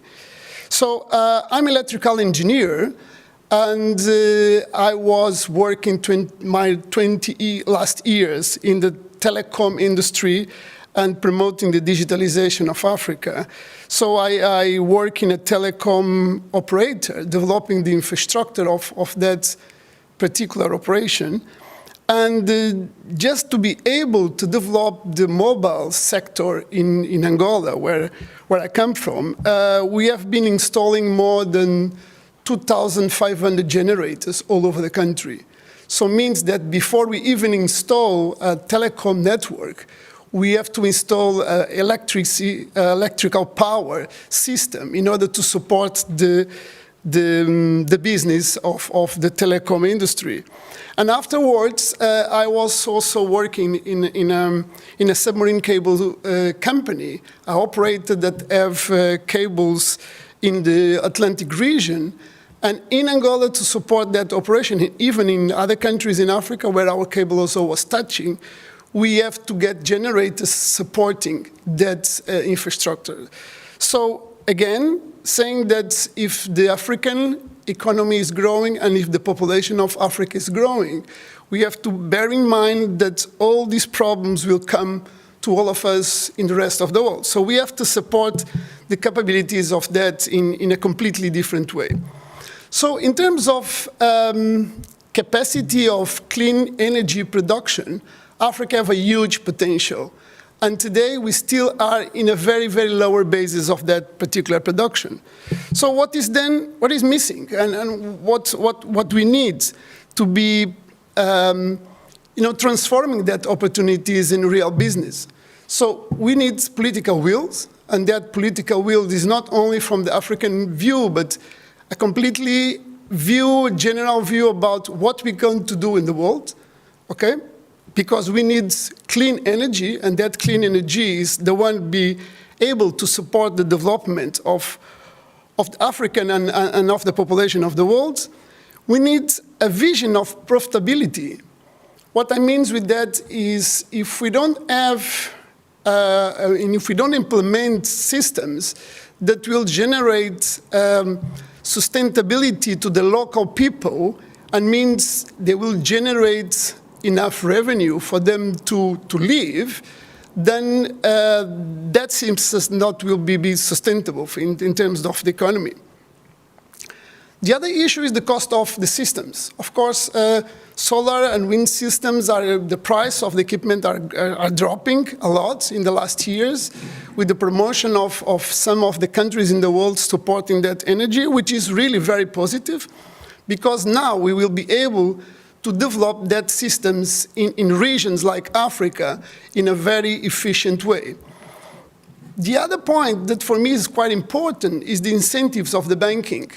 So we see now in Europe already some of the political definitions for incentives of the banking system to support the development of that particular areas, because when we are looking to Africa, most of the systems that we are installing there are hydric systems, very big power plants, and that very big power plants are normally supported by the big banks of the world to the governments. But the fact is today, with all these environment changes, we are starting having problems with the water supply systems too.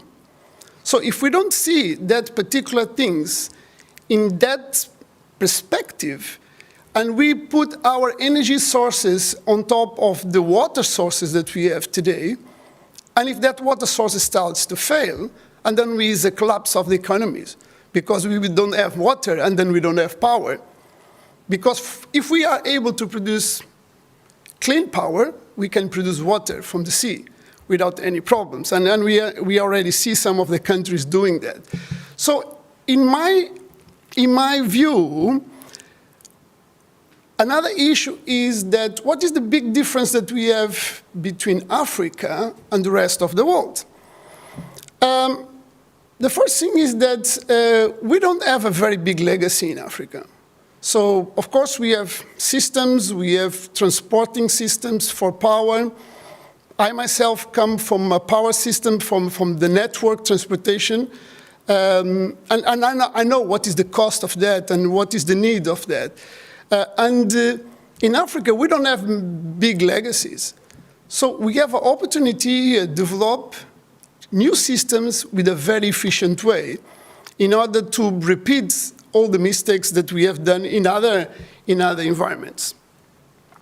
The other thing is, since we have a quite large already communication network, means that the power system could follow that demand, because one of the things that I learned from the telecom network is that we was able to find solutions and to have that particular needs located where the power is needed, so where the telecommunications are. Because in Africa, we have a quite big difference between the populations, where we have a huge area, but the population of Africa is concentrated in the main cities.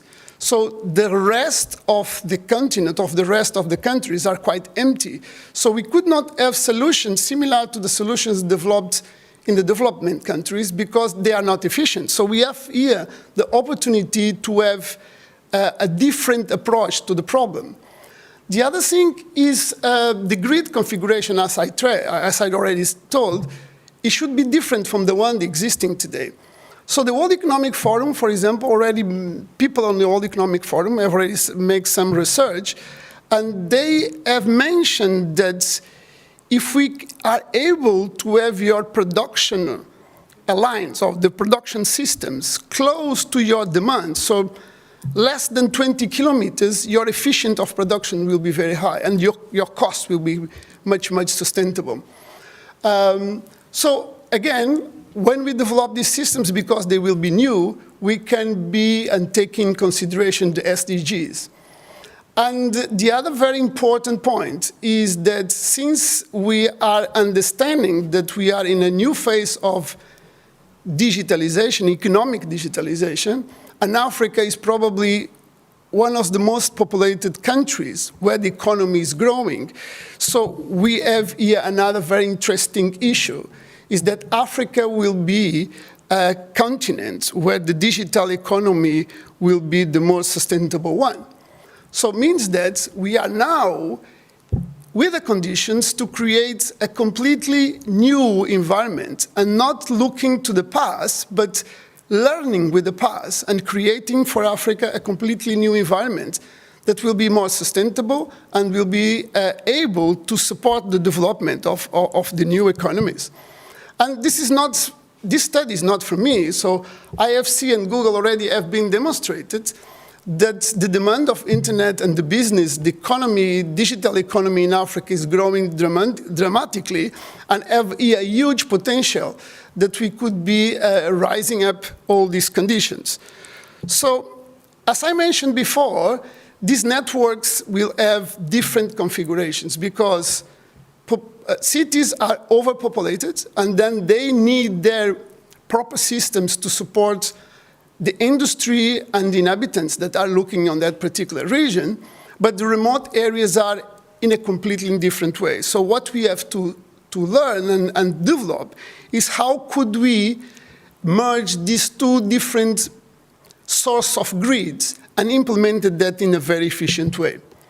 So again, for me, one of the important things is bearing in mind that these digital hubs will be supported by this new sustainable source of energy that have to be developed for that particular region. Thank you very much. This is my contribution. Okay. Okay, thank you very much, Antoni. It was a great contribution. Thank you so much. Please stay with us for the next part of the conference with an important roundtable.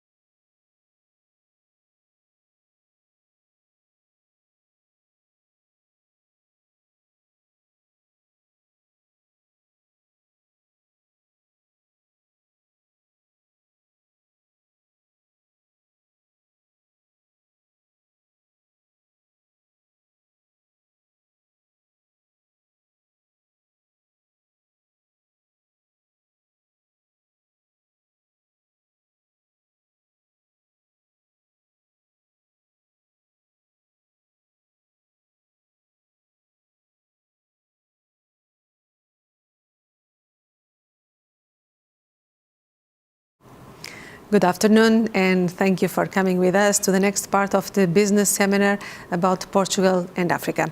And now we have a round table with 5 important speakers.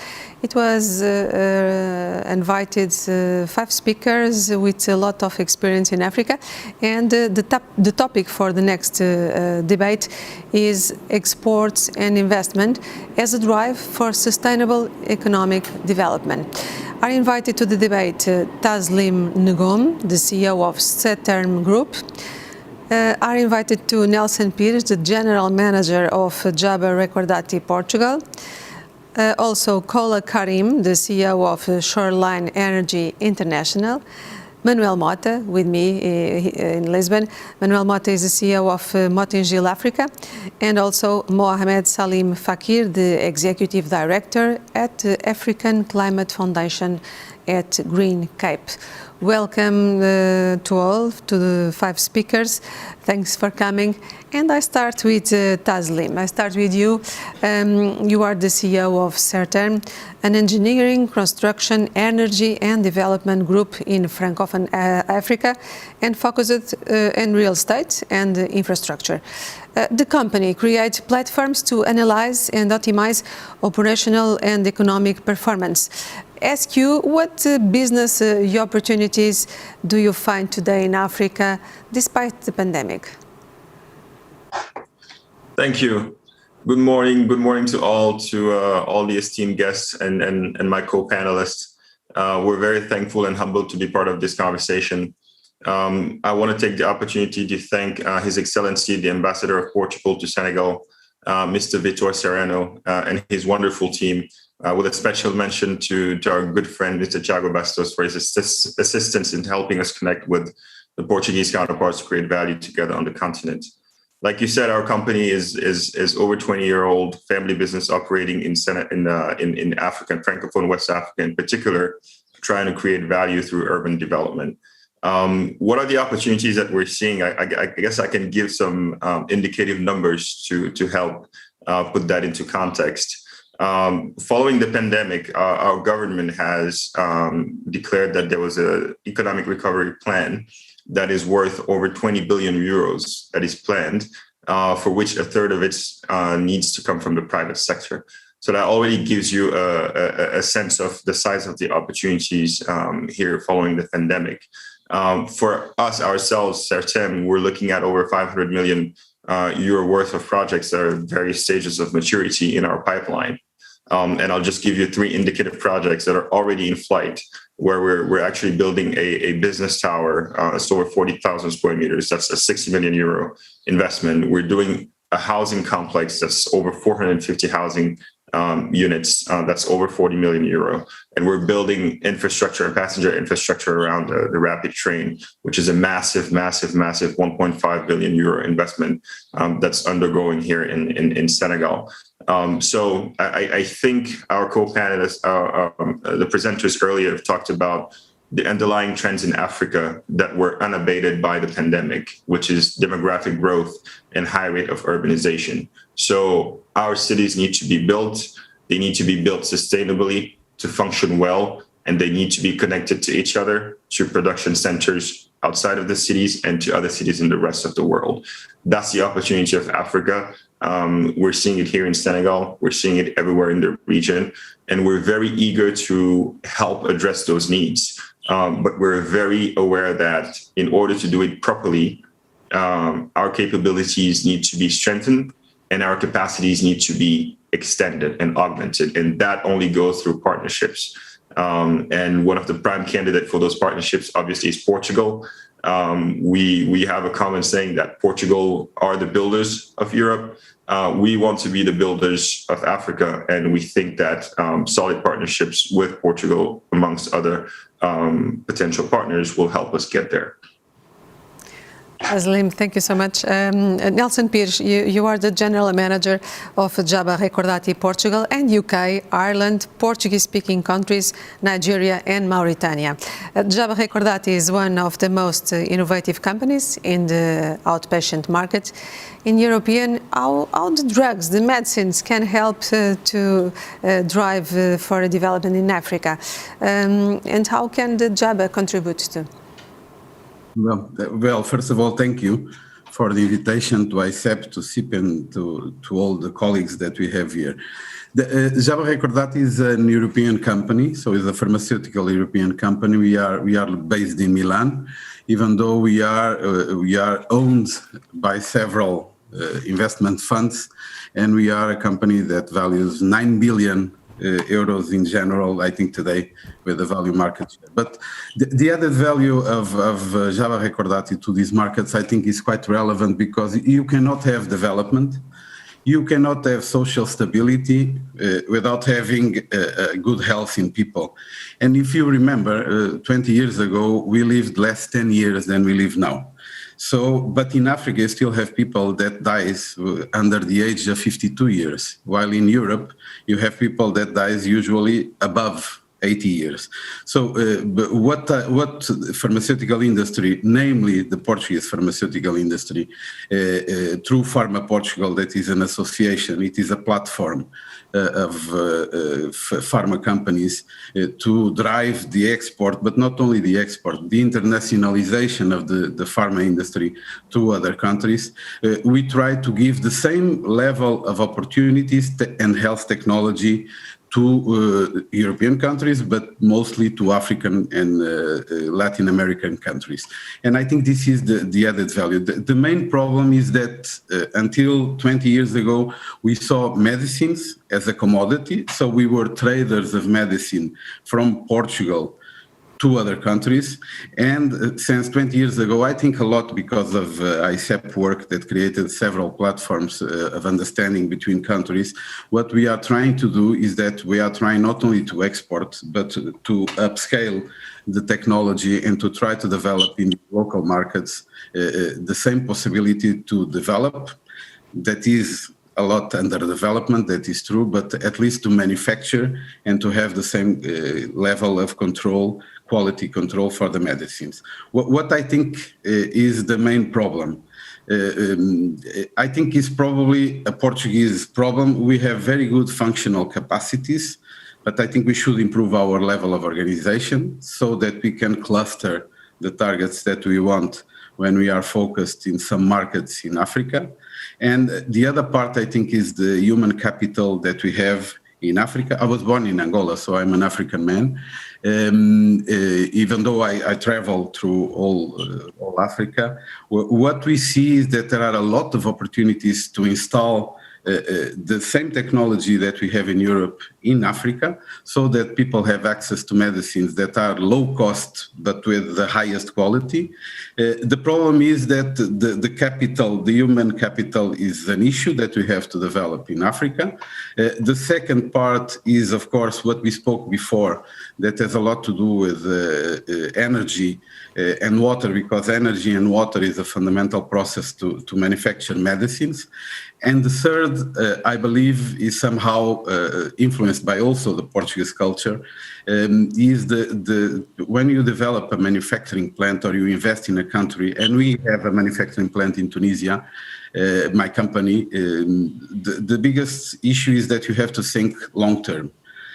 To build a factory, you have 3 years. To start the factory, you have 5 years. You have to invest 50 or 60 million euros. And then after 4 years, you can start manufacturing the products and selling. So, or you think in the midterm, and you think how to leave the technology in those countries and to train people and to develop their skills, or it will be an issue. But in average, I think without health, without medicine, and without the health technology, it's very difficult to have the stability that we spoke. I think, and I will finish now, I think most of the previous speakers spoke about circular economy from the environment point of view. I would speak in circular economy from the investment point of view. I think companies from Portugal should invest in African countries and in specific African countries. So we should create some clusters and leave the profits in those countries so that you can have a circular economy, so that this investment will generate more development, this development will generate more investment, and of course at the end companies, and I think most of all citizens and societies, will gain a lot from the investment. But as you can see, and COVID was the fantastic example, without health it's impossible to have a healthy economy, a healthy society. And in Africa, we are not only thinking of COVID, we are thinking of malaria, that is an issue that is quite important and that kills a lot of people in Africa. You were speaking of the birth rate is high, but there are a lot of, unfortunately, a lot of young babies dying when they are below 3 months age. So, and this is the added value that I think pharma companies, namely the Portuguese pharma companies, that I think have the biggest added value compared to all the others in the world. We can manage cultural diversity that the others don't. And I think this is clearly an added value. And after we have the language as an added value for this country. But I think without health, and the health is allowed by pharma, and by medical doctors, by knowledge, by technology, is impossible to build up what we were speaking until now, the 2 hours previous, without to have a healthy economy and a healthy society. And this is what I believe Pharma Portugal, and namely my company, is trying to do in these markets. Mm-hmm. Nelson, Antonio Nunes from Angola Cables tell us we need more political strategical to be straight to the point and to have more relationship between Portugal and Africa. Do you agree? I fully agree, even though I think that what the governments have to do is to create the right environment for companies and entrepreneurs to invest. I don't think it should be public money to be invested. In some strategic issues, yes. In health, I think what the public money has to do is, or the public decision is, to create the right environment. For instance, from the tax point of view, from the customs point of view, from the transport point of view, this has to be created as a global environment for companies to do business. But after the investment has to be private. Why? Because the research and development is private. So the patents are private, and the companies have to take the risk. So I think the governments have to create, and somehow in some African countries this doesn't exist. This is why this type of activities is so important, because from these activities you can create the needs and the platform for the future, so that the governments are aware that the companies may invest. They have the right environment. I think Aicep is doing a very nice job putting companies in contact with other companies in the local markets to develop and to create the right environment. But I agree, governments and countries have to do the right job, but the right job is not to invest substituting the private ones, because the privates have to take the risk in a calculated way for the midterm to have the return of the investment, of course, but they have to get the risk. I don't think is the countries. The countries have to prepare the country for investment, for development, not to substitute the investors, I think. Thank you, Nelson, for sharing with us your view about that topic. Kola Karim, you know very well the Motagile and the EGF, you know very well Portugal too, and Africa, of course. You are focused in Nigeria and in the West Africa, and you are an expert in energy, of course, and let me say, maybe you are a kind of special one.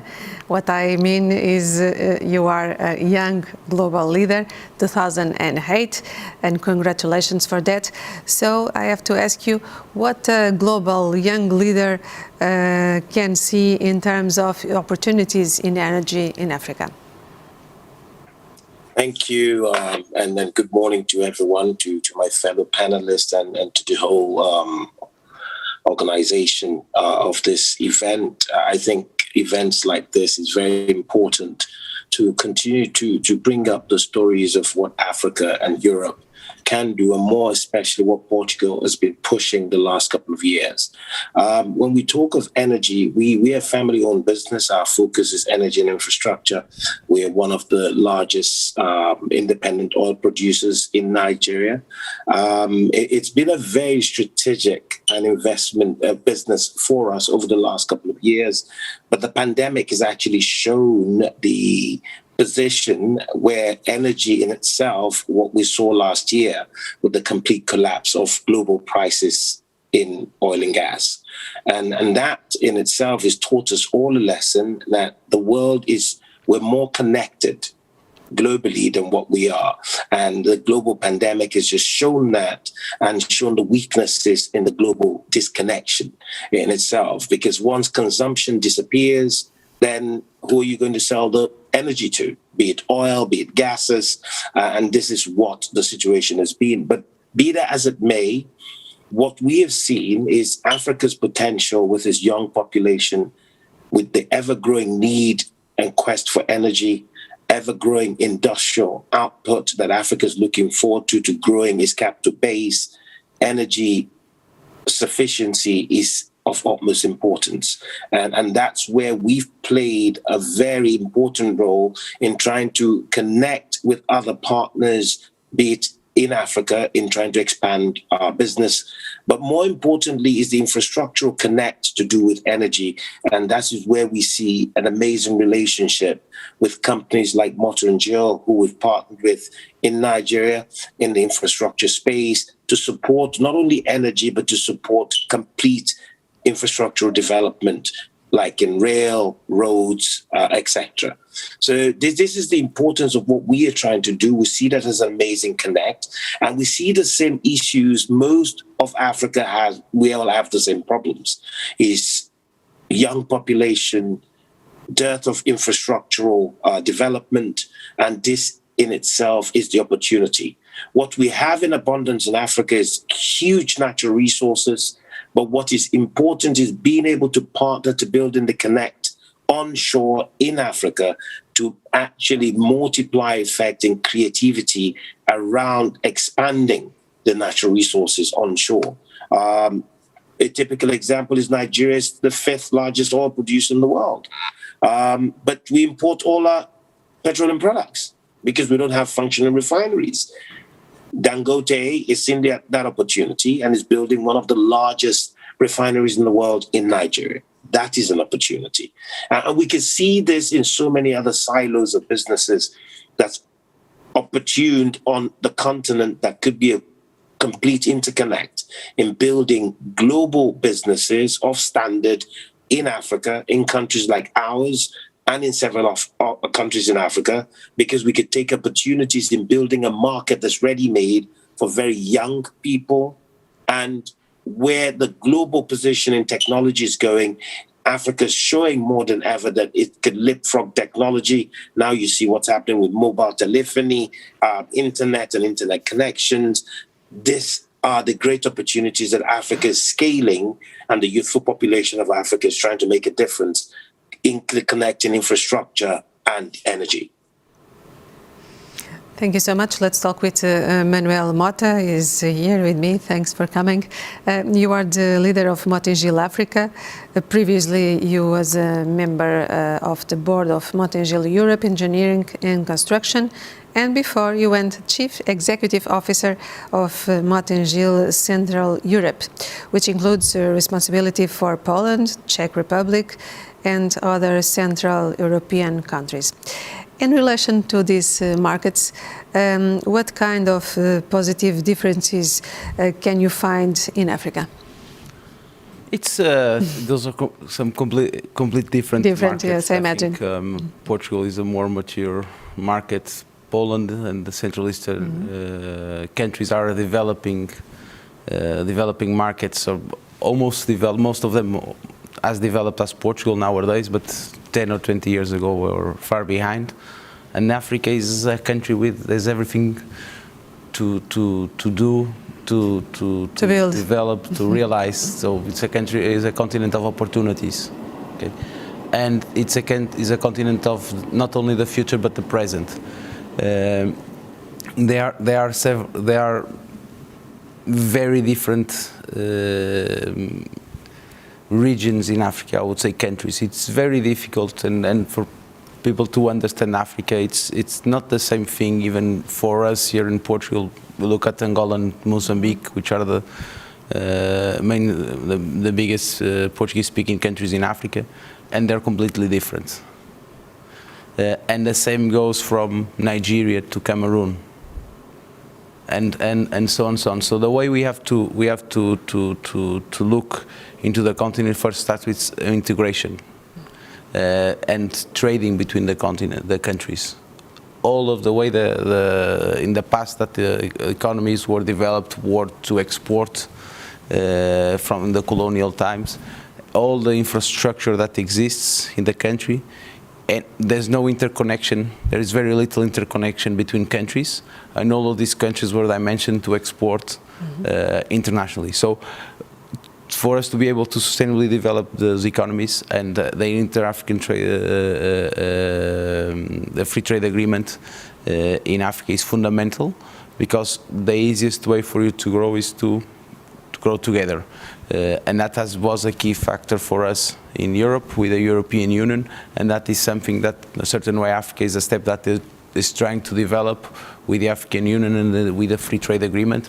And today you see that there is a lot, most of the infrastructure that today are being developed, they are interconnecting countries. A big example is the contract that we just signed in Nigeria in start of this year, which is to connect, is going to connect the interland countries, starting with Niger up with the ocean in Lagos. So it's a railway line that goes from Lagos to Maradi, which is in Niger. So these are projects which are not only focused in developing the country itself and opening the inner parts of Nigeria for exports, but also for trade between countries. And a lot of projects we have spoken about in the ECOWAS region, the highway that's connecting all the countries. So there is a lot to do.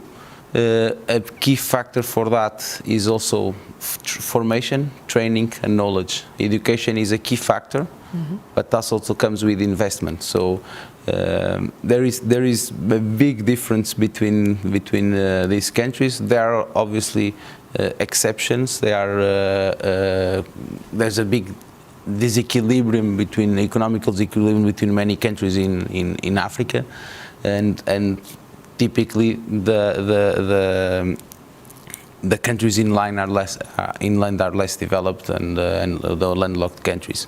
So there is this equilibrium that needs to be also established, and the key, and it's an opportunity also for many of the countries which have access to the sea to be able to help these countries. And for you as a CEO, how the sustainability can be a key factor too in your business? It is definitely a key factor for us. There are many ways of sustainability. It's a complex word. It's even more complex when you're talking about infrastructure, building roads. It involves a lot of natural resources. So what we've been doing is to implement transversal practices across the whole continent. Currently, we are fully certified in terms of the company and the way we operate equally across all the countries. We are optimizing a series of processes in terms of machine equipment, automatization. We operate a lot of mining contracts for big clients where our equipments are already starting to be operated manually, which brings a lot of fuel efficiency. In terms of the projects, one of the key factors that we've been trying to develop in the bigger projects as we are is to get involved in the early stage, so that the environmental social impact assessment is something that we can contribute and add value. from the start to this project to make sure that the communities are benefiting from the project, that the communities are not being mistreated by the relocation that many times has to happen. So these are all key factors which we try to anticipate. So when we speak about the project in Nigeria is something that we started to work on it 3 years ago, so that we can today start construction. When you're talking about in Europe, this is something that is an acquired fact. We just go to the tender, and the day after we can start construction if we win, or after a month, or after 2 months. So this is a process that is ongoing, and way we look at the way we approach opportunities in Africa is to get involved very early stage to guarantee that financing is possible, because that is a key factor also for financing, which is sustainability, social impact. So all of these items we kind of specialized in them in terms of our team, so that we can deliver a project in a sustainable manner. Mm-hmm. And the financial support is more and more difficult without pandemic, or with pandemic it's more and more difficult? It's more difficult. We have to be pragmatic, because if we know what we suffered here in Portugal, and we know a lot of the small and medium enterprises disappeared. The government made a huge effort to sustain the economy, and this is not possible in Africa. So there was a big challenge, because and completely different approach. Again, there were countries that never closed, never went into a lockdown, and the country next door was completely closed with no access. Couldn't go in, you couldn't go out. In some cases, you couldn't even leave your city. So the approaches were completely different, depending on the economic capacity of the countries. So to all of them, there was a huge impact financially. The fact that the most developed nations which finance for multilateral agencies, a lot of these projects also had their financial strain, so it brings a more complex environment. But I believe that it also opened many eyes, we say in Portugal, to the fact that a lot of investment is needed to support these countries, to support their development. Thank you, Manuel. Taslim, you returned to Africa after spending the first half of your career in the United States, a great experience too, and you worked at multinationals in the financial and technology sector. Why did you return? What attracts you as an executive, as an investor? For you, what's the key point? Well, there's two parts of the answer. The first, which is more a softer side, is a sense of responsibility. So my father started this business 23 years ago, and he had a vision of developing Africa for the better, longer term. So there was a sense of responsibility for us to kind of carry on that vision and continue building upon the legacy that he started developing. That's the softer side. But really, on the more objective side of things, I mean, like it's been since this morning, and we're reinforcing here, this is really a continent of opportunities, and this is a continent of the future. I won't come back to the demographics. I won't come back to the fact that tomorrow consumption market is here. I won't come back to the fact that everything needs to be built. But really, if you want to impact positively the trajectory of the world moving forward, you have to think about Africa. So those are some of the things that made me come back, and I really thought that some of the mindsets and skill set that I was able to develop overseas could be very useful in contributing to those efforts. And I want to come back to something that Mr. Pires said, which is very interesting when we talk about sustainability, because this is what we're talking about longer term. It's good to apply that to finance and economics as well, because that's one thing we tend to lose sight of. And all in all, it's just that you want to be able to come back. We talked about education, we talked about formation and the level of skill sets that need to be up to par with the challenges locally.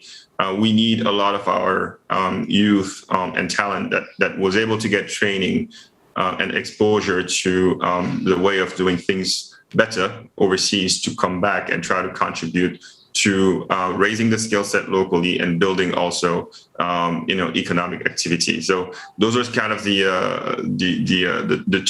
two main reasons why I've been back. And it's like you said, it's been almost 8 years now. Don't regret it, and very excited about the future.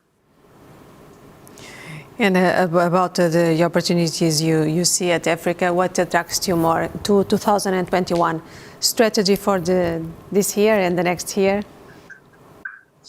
Well, like I said, we're really before the pandemic, we're in a very fast upward trajectory. And I'm going to focus just on the markets on which I am. We are rather as a company, and that's Senegal and Francophone West Africa. We lag behind the rest of the continent in terms of economic advancement, I believe. But our trajectory was really nice in terms of development and creating kind of widespread prosperity. The pandemic kind of put a halt to that, but we need to get back to that growth trajectory. So really the strategy is position ourselves as a partner to private sector investors locally and globally to come and contribute, building the major blocks of the urban fabric. I'm talking about very structuring projects and connectivity and power and all the infrastructure around the cities to make them sustainable longer term. We want to work with private investor and partners, but we also want to work with the public sector. Again, I'm coming back to what Mr. Pires said. Their responsibility is really to set up the environment so that we as economic operators can come and contribute to our best. So it's working with them, helping them think about the best policies to do that, and partnering with them on projects that are under their responsibilities to make them to make sure that they're done and they're viable. So that's kind of the strategy. We want to be a partner. We want to be a partner of development, and we want to strengthen our African cities. And we don't constrain ourselves to just one single market as a country. We're thinking as an integrated block of West Africa, Francophone West Africa, and the capital that we need to build up. So that's it. Thank you, Taslim. Nelson Pires, your guidelines as a company are the sustainability, innovation, globalization, diversity.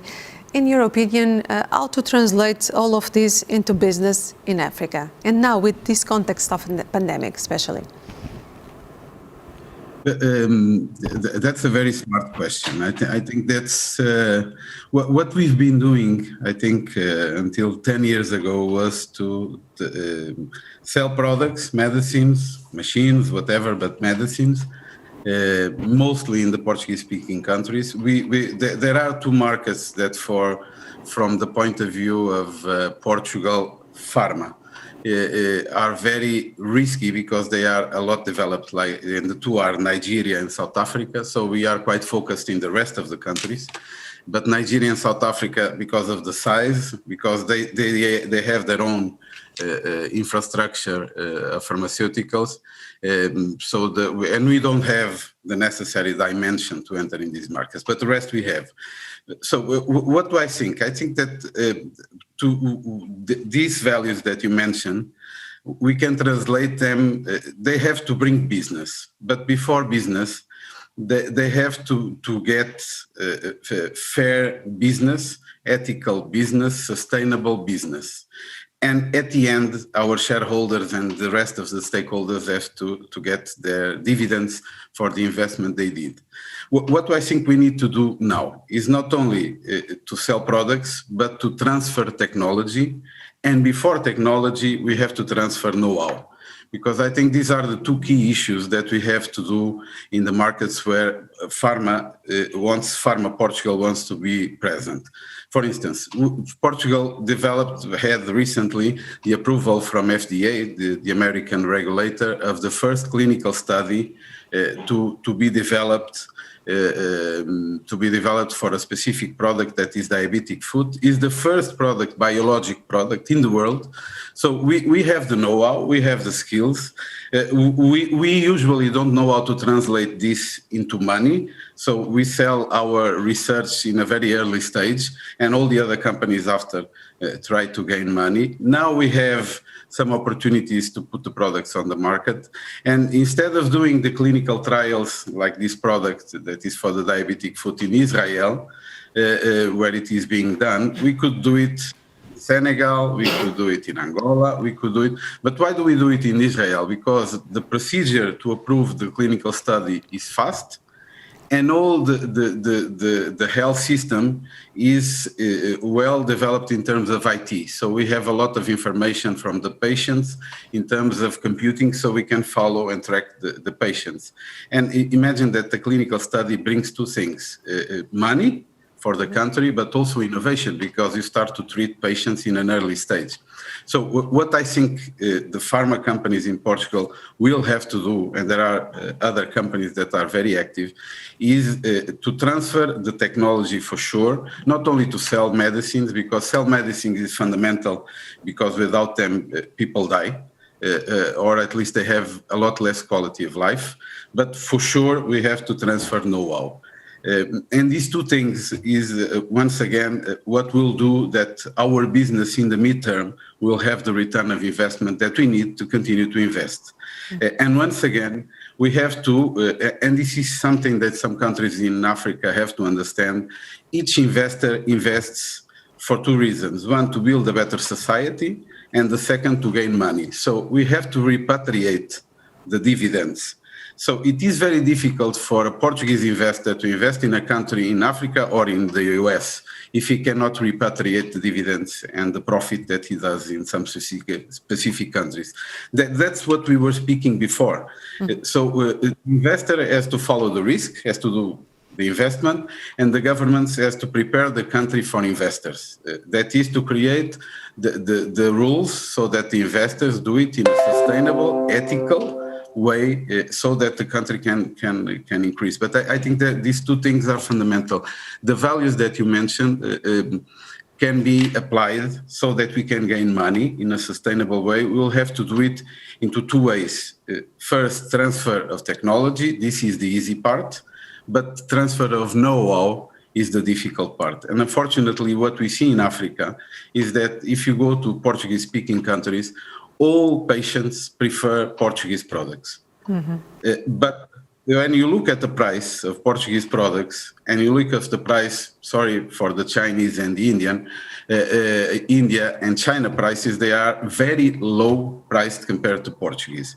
But when you speak of quality, I think the quality is quite different, because in Europe and in the US and in some African countries, the quality, I don't say that all the companies in India and China have low quality, but some of them have. Some of them are exporting fake products that in Europe is impossible because you have serialized packages. But this is something that we need to transfer the know-how, transfer the information. That is, you have to get good quality products from India, from Portugal. And this is something that will bring in the medium term the return of the investment or the profit that you mentioned through the values. But one thing that we need to do is, if you want to win money, you cannot be only be a trader. You have to be an investor. You have to develop the country so that your business can develop with the country. And I think this is some philosophy that the Portuguese investors developed, but recently. And I think this is, I'm speaking of pharma, not of construction, not of energy, that did it recently. And now we are thinking in a different way, that is to invest locally in some countries where we know that we have the right environment to get profit, but also to have the social responsibility of building a better society, because I think this is one of the values that we defend a lot. We save lives. So this is clearly what we want. Nelson, thank you so much. I want to listen Mohamed, but first ask you to you, Manuel. Do you want would you like to comment Nelson Pires, and if you agree with this point of view? Yes, I think there's the status of the quality of the products and investment and but the difficulties to dividends, the profits and the return of the money. That's a key factor for many investors. I think a lot of companies, to a certain aspect, they avoid just because of that factor, because they look into the continent and say, I'm never going to be able to take the profits. But it depends a lot also on the size of the investment, mm-hmm. on the employment generation capacities. All of these countries have investment agencies which will get tax benefits, tax exemptions. You will have access to hard currency for purchase of either materials, either resources for you to supply to your business, and you'll have access to dividends. So, in many ways, it depends a lot on the country. Again, it's true in some countries. It's not so true in others. And I give an example: Rwanda, which by GDP is one of the smallest countries in Africa. It's impressive what they've done there, the way they have made super sustainable economy, mm-hmm. The way they have transformed the country, and there's no investor who has difficulty in access to foreign currency to pay dividends. So it depends a lot. The countries have to allocate the funds to better manage their funds, and if they don't better manage their funds, they will have difficulties to generate hard currency for investors to pay for their needs, pay for their costs. Many of them are international costs, and then to export their dividends. So it depends. It goes from country to country. There are rich countries in Africa which you don't get access to hard currency, but there are countries in Rwanda which you invest and your investment is protected and you will get access to hard currency. So again, it's very difficult to speak about Africa. Maybe the first lesson will be adapt your strategy for once. Even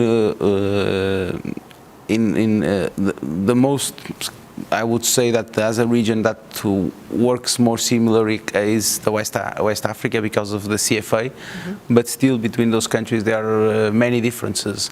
And every time you approach a new country, you have to build a new strategy. It's like maybe 20 years ago spoke about Central Eastern Europe. How does it compare?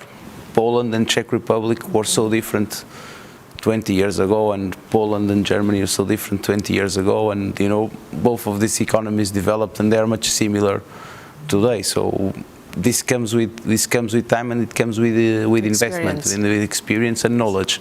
Mm-hmm. So it's in Africa, it's 54 countries, 54 systems almost. Mohamed, we have to talk about climate, of course, because it's another key factor today for all the investors and investments and exports, everything.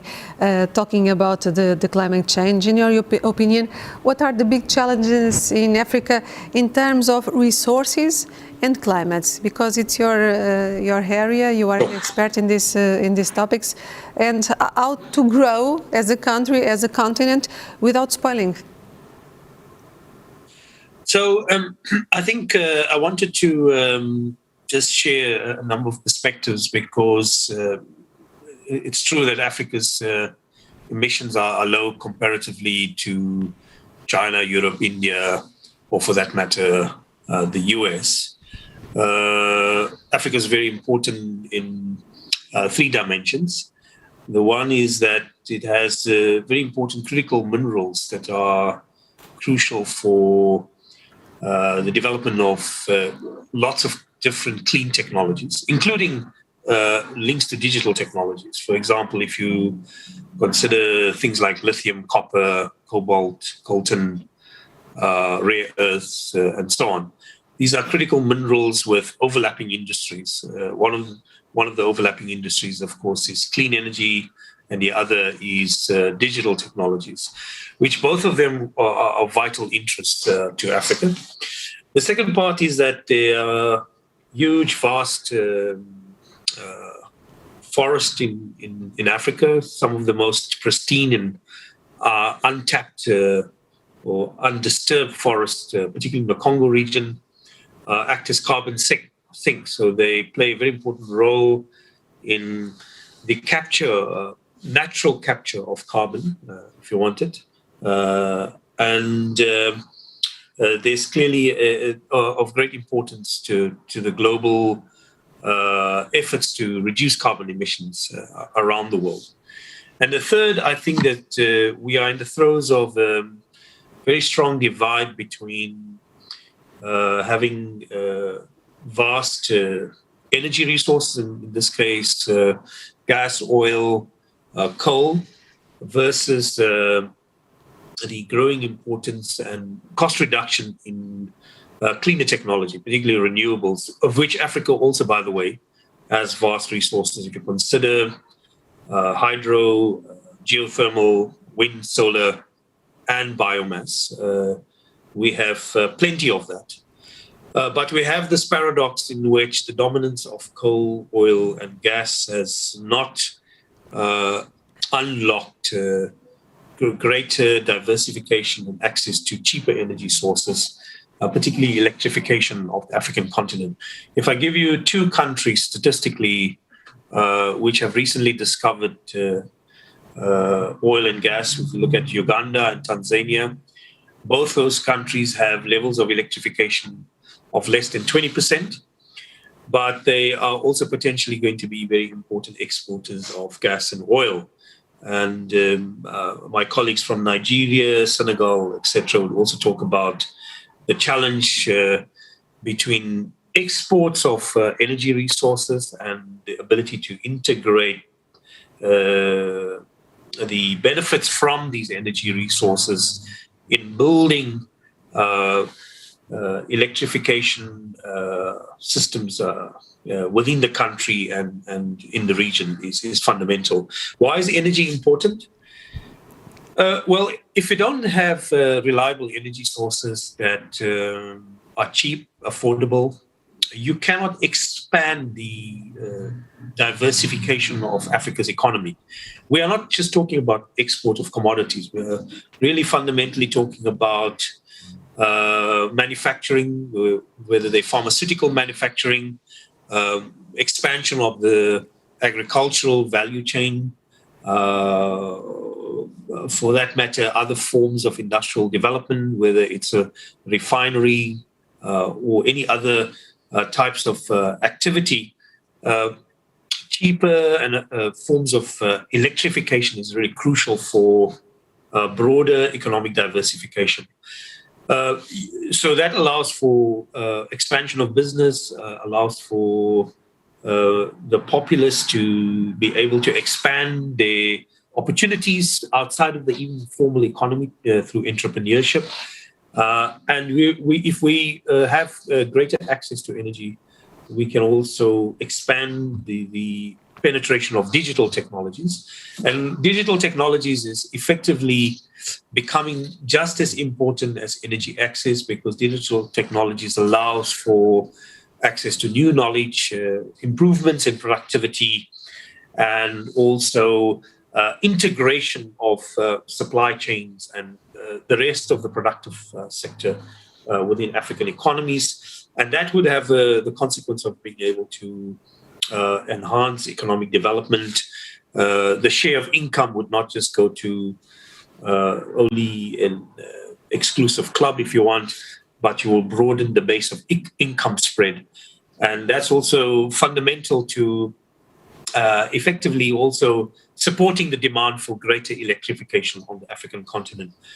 So this puzzle of the paradox between vast resources and the lack of cheap energy access, particularly in sub-Saharan Africa, is the work that we are trying to do as the African Climate Foundation and also at Green Cape, because we believe that if we don't solve this puzzle, the model of Africa's development would continue to be very strongly one-sided, which is largely extractive exports of commodities, mineral commodities, and energy commodities, but very minimal or even slow development in other aspects of the economy. So you have this vast gap of extractives. You've got a growth in service economy, and those are highly dependent on how well extractives are doing. And then you got this big gap of low value add, lack of manufacturing, and the three of these have to be integrated. So, I think that the room for massive expansion of electrification is there. We have to do that because our population is doubling. We do need much more better economic integration between the commodity sectors and the rest of the economy. And we have to enable upliftment through both energy access and access to digital solutions and so on. Fundamental to that is actually lowering the cost of capital. Government has a big role to play, and I think both foreign and local businesses have an important role to play in ensuring the right policy reforms and ability to finance these energy solutions through innovation and so on can be undertaken. For one last word, I think when you think about energy, it is often assumed that the solution can only be at the national level, but we can think of more creative approaches of thinking about energy corridors. For example, if we had better integration of the West African power pool or the East African power pool, we can get economies of scale. Richer countries which have better balance sheet could attract more cheaper finance, and they could help with countries with large populations and countries with small populations. Countries with small populations often cannot fund these leapfrog technologies or infrastructure projects. So to think of a corridor model is probably a way to go, in which larger players, even corporations, can provide a more integrated solution. For example, in East Africa, the problem is not clean energy, by the way. It's largely about interconnection and integration of the grids between Uganda, Tanzania, Kenya, Ethiopia. And if you were to integrate geothermal, hydro, wind, and solar technologies with a little bit of gas, you would actually find that you would be able to support cheaper energy solutions and better access and a larger volume of can grow the demand over time with better integration. Mohamed, So you are talking about the energy corridors. Are you concerned with what happened now with the corridor in Palma because of the war in Mozambique? How this impacted, or how this could impact the energy corridor in Mozambique? So the energy corridor in Mozambique is not about electrification. It's largely about export of gas. And Palma is the development of a new city. When I'm talking about energy corridors, I really mean taking the resource abundance and being able to integrate that to enhance electrification in those countries. So it's really about electrification, because electrification also allows for the development of other export products which are outside of the pure commodities. So gas is a commodity. If you look at the program for gas in Mozambique, it's largely for export. Most of those contracts are signed with Asia, and that's got nothing to do with internal and integration of these exports with development internally within the economy. There's huge scope for other types of economic activity within Mozambique, which should be encouraged. So so really, when I talk about energy corridors, I talk about integration of the electrical transmission and grid systems in those sub-regions. Mohamed, thank you. Thank you so much. Let's talk with Kola Karim. The energy and the sustainability are an important topic of this roundtable. How can they be more compatible? How can they marry more and better with sustainability, climate change, the pandemic? How to join the two topics in one strategic point? Thank you very much. Look, something that is important is this, where Africa stands, looking at your question. Africa's could show the world how we could be climate friendly, environmentally friendly, because we are starting from a clean sheet. And why I say that is this: Africa lacks adequate energy, be it electricity, be it beautification of its energy resources in itself. And starting from a clean sheet, sitting where we are, if we have to build, the only continent that needs to build everything again and expand on it is Africa. So it means if we look at the right energy mix starting now, we have a better chance of a cleaner tomorrow. And that's very, very critical in decision-making, in all the energy type infrastructure to be built on the continent.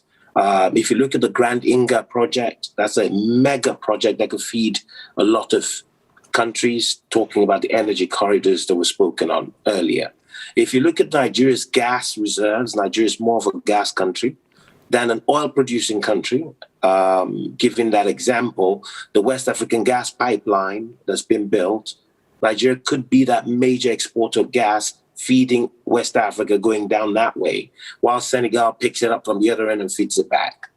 So that's another form of cleaner energy that Africa could platform on and to integrate that. So I think with the ever-developing infrastructure on the continent, trying to close that energy gap and also plug that with the development of industrial growth and output on the continent, we as decision makers and as businessmen and entrepreneurs, more importantly, government, could platform this as an opportunity for Africa to lead the way to the world on how things should be done and done properly.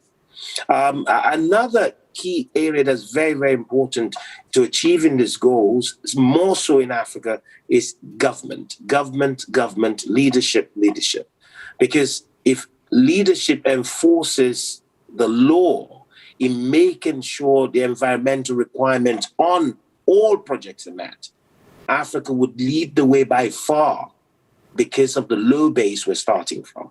So these are critical sectors, governments pushing and making sure decisions are made at the right time, making sure rules and regulations are followed, and making sure also that the right energy mix is implemented in various countries on the continent, and that will deliver a better climate-friendly and more environmentally friendly situations across the continent.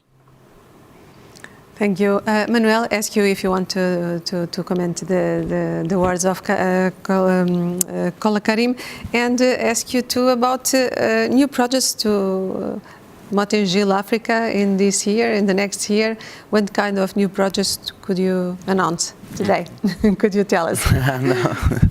So I think it was been mentioned by my colleagues, the energy corridor is fundamentally slow. It's kind of like infrastructure.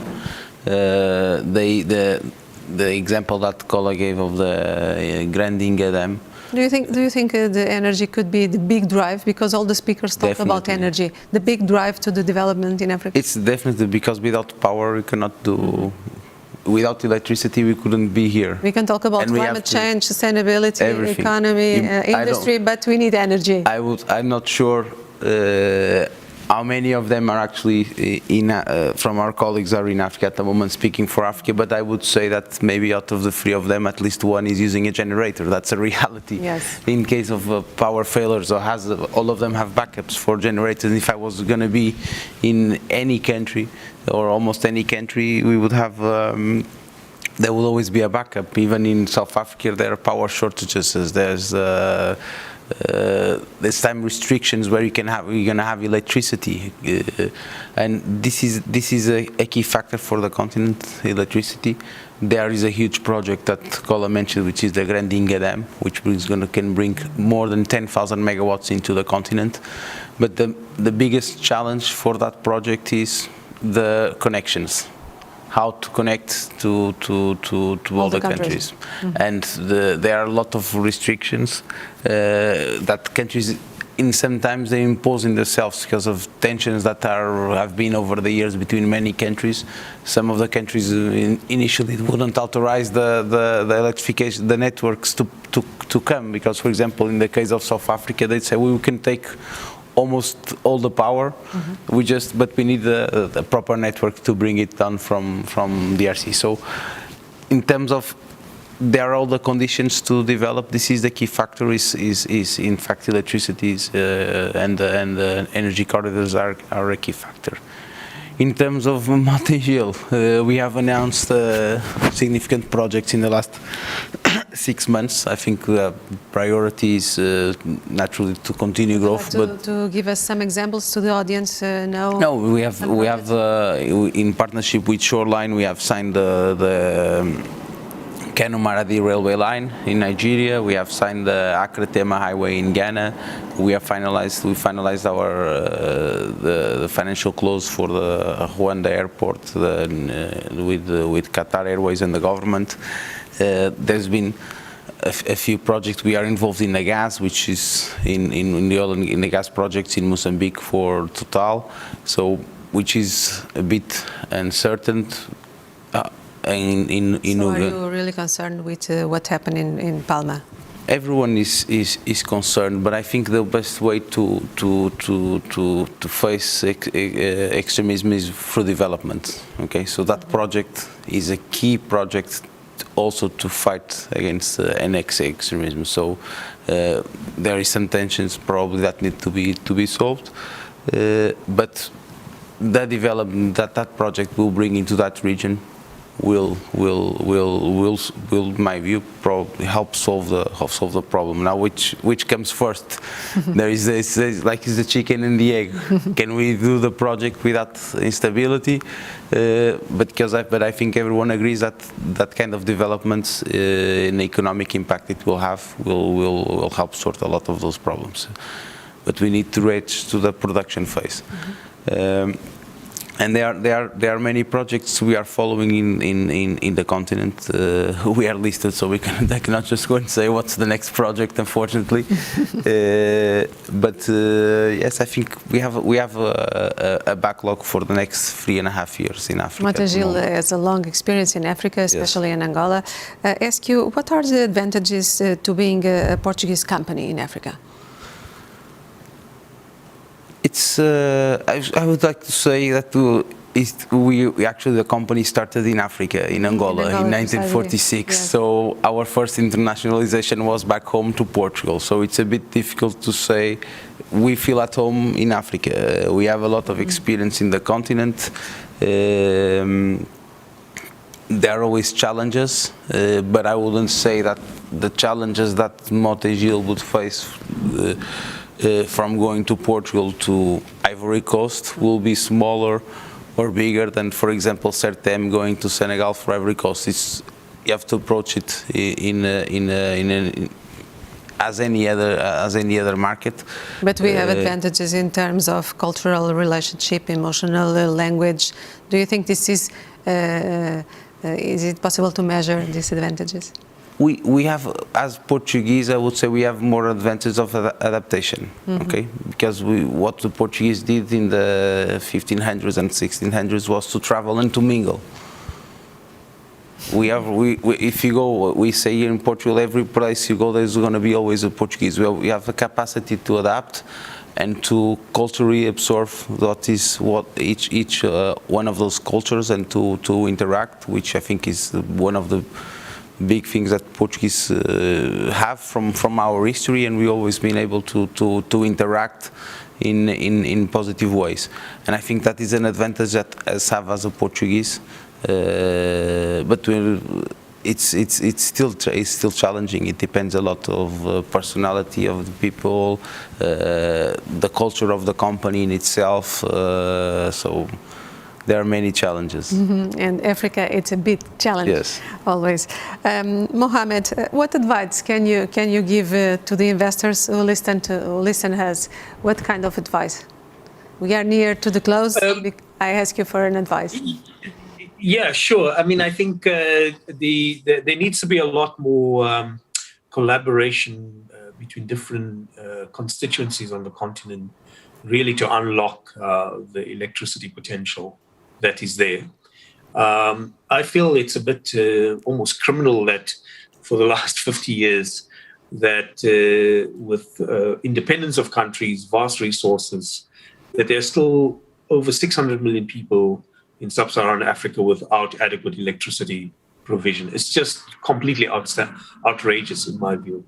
But I don't think this problem can only be solved by government. It requires different parties to come together and really try to unlock this. I think the potential is there. There's so many other things that can unfold as a result of that. We are definitely looking to set up a regional platform that can try to support the development of greater electrification on the continent. We would welcome interaction with various business parties on trying to tackle this problem. We have the resources, we can do it, but there are clearly other factors that are barriers, and we need to do this in a smart way. Thanks. Taslim, the same question. One final advice to our audience, to the investors. Yes, thank you. I mean, I think, like I said earlier, finding able local partners to actually undertake projects is important. I believe, like I said earlier, Africa is the next place for certain type of growth. We talked about earlier, we wanted to, as businesses, we wanted to impact society positively at the same time for our action to make economic sense. Given the pent-up potential here,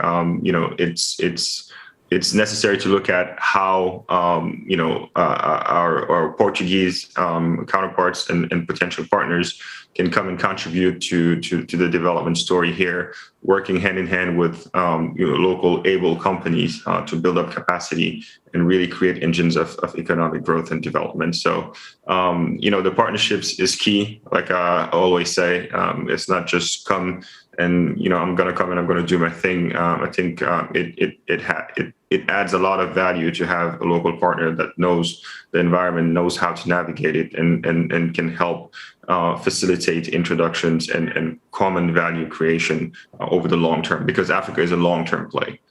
Us as Certem, we very much look forward to connecting with any potential partner that's interested in playing a part in that story. Nelson, maybe you don't have a special drug to have success in Africa, but please give us an advice to give to the audience and to the investors. I would like to make a provocation before, because I heard a lot about infrastructure, energy, and what it seems to me is this is the way to develop a country, but it's not the final end, namely in Africa. So when you are dependent of commodities like the oil industry, you have the problem that we saw one day. The countries that are producers were paying to the customers to get, because the price of the barrel was negative.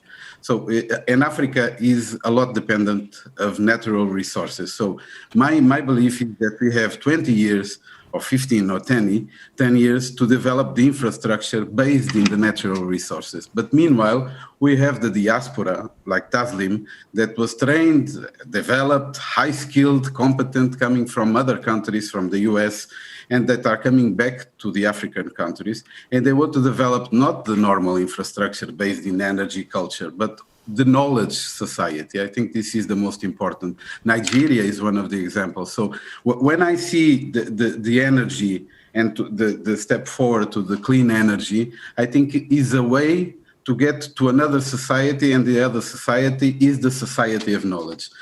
And to be based only in the natural resources, I think this is clearly a problem that Africa was based, their philosophy. Angola, for sure, it is a lot dependent of oil. And you saw immediately the price of barrel come from $77 at the barrel to $50, and immediately the investment of the government became irrelevant because they didn't have money for nothing. So I think the provocation is infrastructure, yes, but natural resources, yes, but there's a way to develop the other society, the most interesting and smart society. And the human resources in Africa are very good. We just need to integrate, because most of them come from training in other countries. The universities in South Africa, Nigeria, they are very good, so we can use. So we have quite a young generation that is quite well developed, quite well trained. So we just need to get the right fit for them to develop the countries. And now the answer in terms of investment. I think as an investor, you have to get 3 Ps. You have to define that you have the right process. So the first P is you have to decide that you don't want to export, you want to create an international organization. So you don't want to be a trader, you want to have a local activity, and for this you have to think in the midterm. And you have to get, your company has to get money to invest. So has to have 1 or 2 or 3 or 4 years losing money, so that it will gain after. Even in the same process, has to get a very, very, very, very good finance controlling. It is fundamental. It has to define very strict rules in terms of transparency, ethical, and sustainability. And has to have the same rules that it have in Europe or in the US, has to get it in Africa. And this is the way to develop the process of a company. The second part is the people. I think the human capital, we have it in Africa. So what we need is to do what Adlim said. We have to develop the skills of people and to develop with local partners that knows the diversity of the markets that we don't know when we want to get an investment in Africa. So we have to get the right partner and we have to get the right employees there. And we don't need to transfer 200 Portuguese to work in a manufacturing plant in Angola, Nigeria, or whatever. And the final one is the right products. Because to sell Me Too products, we will not be successful, because for sure the bigger economies will, in terms of pharma, will substitute you because price will be quite low. So the main driver for this is to, instead of selling products that don't add value, we have to develop locally and invest in products that the others cannot copy. The others cannot develop for lower price. And I think this is the advantage. And if we do this PPP, we invest, we get the money back, and the country will be dependent of you, because you develop the country, you develop the people, you invested, and the technology, you are helping to develop it locally. And I think this is the clear value that you can add, because you have a fantastic society, culture in Africa, but sometimes we don't know. We prefer to gain money in the short term than to gain money in the long term.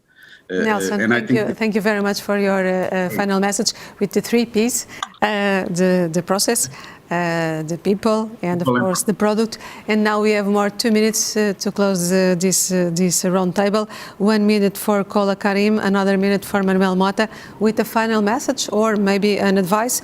Kola Karim, what do you want to tell us? The good news is Africa is now ready for the world. We have huge opportunities, and more so Portugal has been one of those countries, and Portuguese companies are one of those in the forefront taking that opportunity. And what is amazing that I would say about Portuguese companies, the minute one big one comes into a market, all the others follow. So Africa's opened its doors. Welcome Portugal, welcome to the Portuguese companies, and let's integrate to build that bastion of opportunity, scale it up and make it work for ourselves as a continent and as a people, and also to the benefit of the world. That's my advice. Thank you so much. And Manuel, because Mohamed gave us an advice earlier, and now Manuel Mota, your final advice, your final message. I think that for all investors and companies who are looking into growth and to expansion, I think they need to look at Africa as the continent of the present, not only the future, but the present. When they come for the future, it might be too late for them. Opportunities are there now. The investment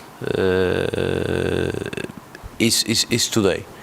It's today that the opportunities exist. They will continue to exist for sure for many years, but Africa is a continent of the present. This is the present. This is where growth opportunity exists. This is where an impact can be made.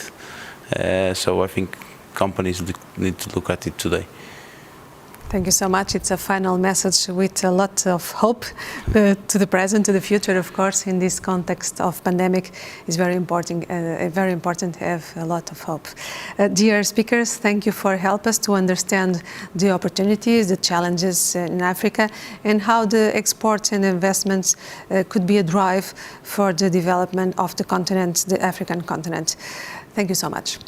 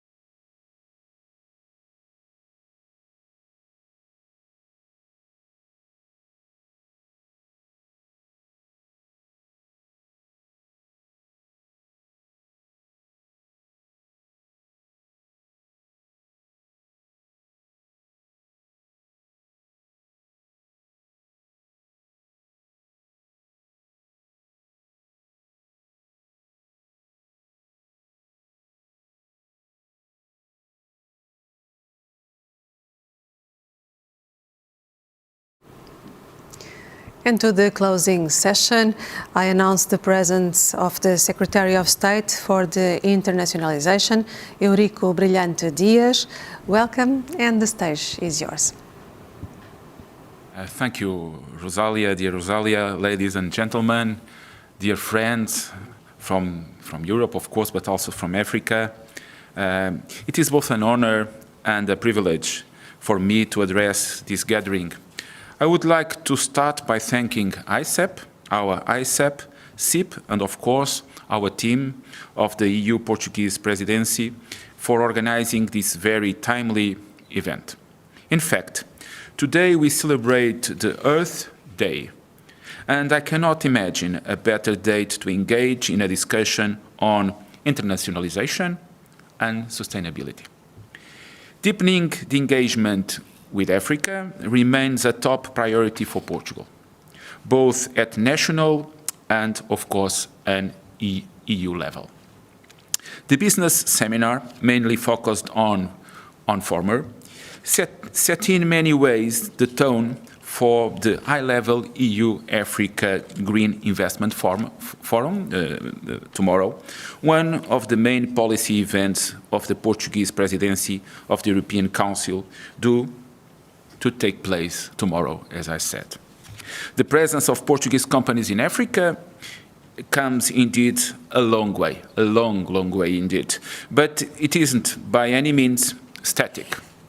From a continuous focus on Portuguese-speaking countries, our companies are now expanding their activity across borders and diversifying their offer to new and innovative sectors, such as pharma, and pharma is so important today during this pandemic, water and waste management, renewable energies, financial services, ICT, and among other important industries. In different African geographies, from Morocco to Algeria and Egypt, from Nigeria to Ivory Coast, Cameroon and Ghana, from Tanzania to Kenya and Zambia, just to name a few.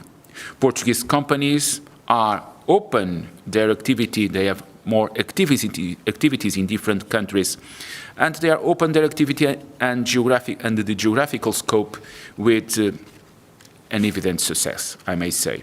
Some of these shared their stories with us today, and for that I give them a warm thank you.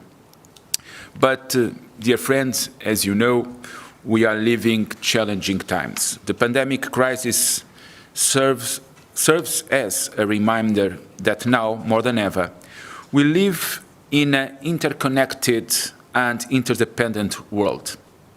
People-to-people exchanges, both economic and cultural and social, I would say, have reached record high levels by the turning of the 21st century. This trend was closely followed by the increasing pressure on Earth's resources. Global warming and climate change induced disasters. We, private and public, and we should work together. We really should work together. Private and public sectors have shared responsibility to work towards an achievement of a better and more sustainable future for all, to address global challenges such as energy poverty, climate change, as I said, and environmental degradation. These are reasons supporting the European Green Deal, and we need to stress that. It's real problems. Real problems are supporting the European Green Deal. And the EU has taken on the objective of achieving carbon neutrality by 2050. And to that end, of reducing emissions at least 55% by 2030. Moreover, it wants to protect 30% of its land and marine areas in the name of the preservation of biodiversity, and to reduce 90% of greenhouse gas emissions in transport by 2050.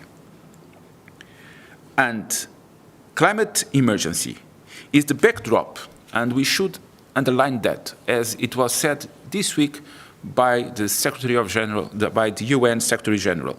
The climate emergency is the backdrop and the epicenter of today's challenges, and that is why the ambitious financial stimulus to the green economy in the EU will amount to €225 billion up to 2027. I would say it again, €225 billion in order to address a proper financial response to this emergency.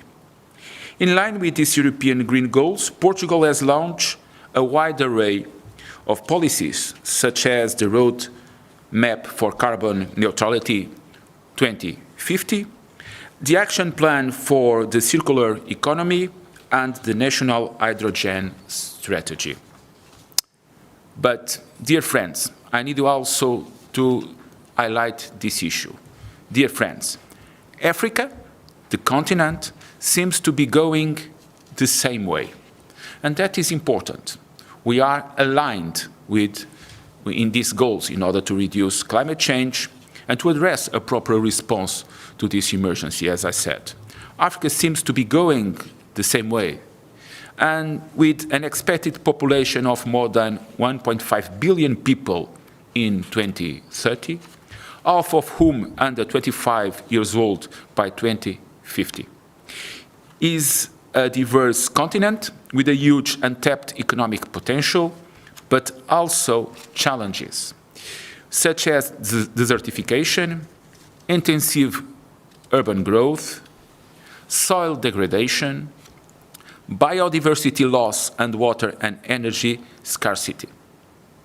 Nevertheless, it is home to the world's largest free trade area, and African countries, supported by the action of regional economic integration and financial organizations, are now, as are we Europeans, devising the best strategies to overcome the pandemic and to promote economic sustainable recovery, to alleviate poverty, build livelihoods and improve quality of life, and this growth should rely on effective policies, programs and projects focusing on smart and resilient infrastructure, sustainable urban planning, adequate management of natural resources, and enhanced food security. Responses to those challenges and to the looming economic crisis must be compatibly and integrated, transforming two serious problems into an opportunity. An opportunity to build back better, greener, and together, I believe that strengthening trade and investment relations with Africa play an important role in this regard. But I should also stress by our side, from the Portuguese perspective, and from the private Portuguese sector.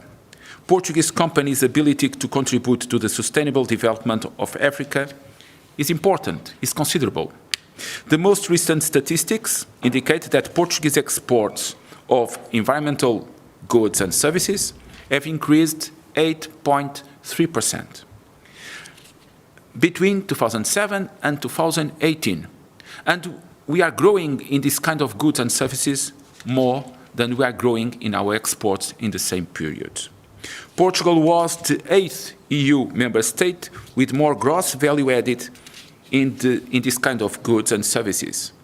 And among the 28, because as you know, in that period we were 28 member states, we were the 5th, taking into account this sector, or the exports of this sector, in the global Portuguese exporters' goods and services. Renewable energy, resource management, waste and water management were leading subsectors. I believe there is still a significant room for growth, and only 6 to 8% of our exports, as I said, are in this sector, or are growing in this sector, and 6 to 8%, as I said also, are our exports of goods and services to African countries. But we should raise some questions. We want to export more, we want to invest more, but we should raise some questions. And those questions are, for us, are related with two different issues. Firstly, how can we take advantage of these opportunities and overcome the obstacles that are going to be there in order to be overcome? How can we boost, second question, how can we boost our bilateral exports and investment of this kind of goods, of this kind of specific goods related with the environment, goods and services related with the environmental industries? I would answer to these two questions taking into account 5 different topics. First, in order to answer to these 2 questions, we need to reduce barriers to trade. And that is something that is important. We are facing a pandemic. We are facing a pandemic which is a new challenge that we were not expecting. Nevertheless, the first issue and the first element in our strategy must be the reduction of trade barriers. And that is fundamental not only between Europe and Africa as a whole, but also taking into account the specific agreements that we have in order to cooperate. For instance, we should stress our partnership between Europe and the African, Caribbean and Pacific Group, and EU and its member states. And we should highlight also that the former agreement, the Cotonou Agreement, was signed during the 2000 Portuguese presidency of the EU. And now we have a new opportunity to move forward and to have a new agreement in order to reduce barriers, tariff and non-tariff barriers, in order to have trade. Without trade, without foreign investment, it's going to be difficult to address a proper response to those questions in order to take advantage of the opportunities and, of course, in order to have and to boost exports and investment between our 2 continents. And I should say also that we need to take advantage of your priority in order to have an African continental free trade area. And that agreement within or taking into account African countries is an agreement that can be an important tool in order also to discuss with Europe how can we boost investment and trade between us, between European Union and Africa, but also in order to take advantage of this specific opportunity related with the environmental industries. But second point, in order to answer to those 2 questions, we need to promote resource efficiency and local solutions for reutilization of materials, and we need to focus on circular economy. We have so many Portuguese companies focused on that. That issue is in companies' strategies. We have several companies that are up to date, renewing their commitment with sustainability, but at the same time, they are renewing this commitment with sustainability, investing in materials that can be used more than once, I would say. Third, we need, of course, to use the right financial mechanisms and incentives in order to bring forward infrastructure and projects in order to develop also a green agenda in Africa, or more than that, a green agenda between EU and Africa. I need to highlight and to stress the importance of the World Bank, the African Development Bank, but also the European Investment Bank as fundamental tools in order to have the proper mechanism or the proper mechanisms in order to invest in these industries. They should be a priority. They are right now a priority, but these mechanisms, these financial mechanisms, must be aligned with this political priority focused on green industries or industries related with the environment and the protection of the environment. I would say that if we cannot align these financial mechanisms, if it is not possible, and I'm sure it is possible, and somehow that alignment is already done, I need to stress that without that alignment, it's going to be difficult to take advantage of this important opportunity. Fourth, we need to have an inclusive approach. That means this approach cannot be only to be an advantage that is taken by big companies. We need to include SMEs. And we need to include SMEs in the value chain. And the SMEs can bring us innovative solutions, more flexible. And it's a way to share, of course, technologies. It's a way to share human resources that they have skills to answer to this important opportunity. And for that reason, it's important to provide services of capacity building to SMEs in order to give them the tools to take advantage of those financial mechanisms that I have mentioned before, but at the same time to give to Europe and Africa the opportunity to have an inclusive growth, but an inclusive growth also in these industries related with the environment. And finally, we have a specific sector that is fundamental and crucial to develop our economies. A sector with a huge impact on the environmental resources, but a sector that is fundamental to create jobs and to promote growth. And we need to develop a sustainable tourism sector in Africa. We will have, later on, after this pandemic, again, an opportunity to develop this sector. This sector is quite related with the environment, with the unique environment that we can that we can see in Africa. And this tourism sector is something that is fundamental to create links between people and the environment, to create opportunities, to create, as I said, new jobs and economic growth, but it's something to create awareness of that fantastic context that we have in Africa.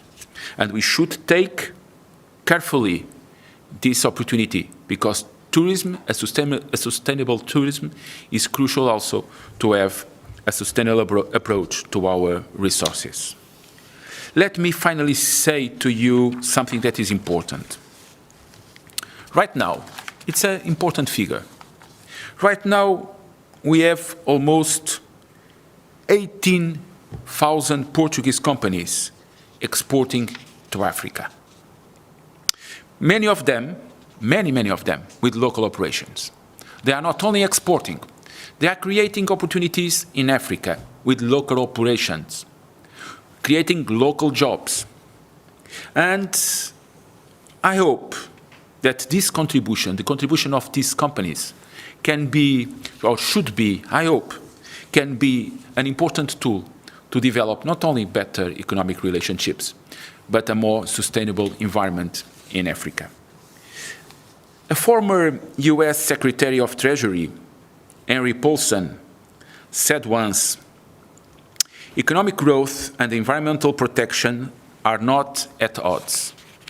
They are opposite sides of the same coin if you are looking at longer-term prosperity." And that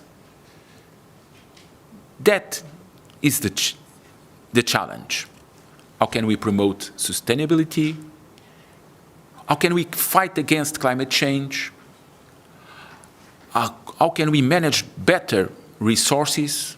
How can we manage better waste, water and waste? But at the same time, how can we promote growth, new jobs, qualified jobs, and opportunities for our citizens? This is the challenge that we need to tackle. And together, I suppose, we are stronger to have a better future. Thank you. It was a fantastic seminar. And tomorrow, we count with you in order to be participants of our high-level meeting. Thank you. Good morning from Lisbon. And dear Rosalia, once again, the floor is yours. Thank you so much, Secretary of State Eurico Brilhante Dias. Thank you for this closing session with a lot of opportunities on the roadmap. And now, let me say thank you to all the audience, to all of you who attend today this event. I really hope you enjoyed this journey, Portugal, Africa. Have a nice day.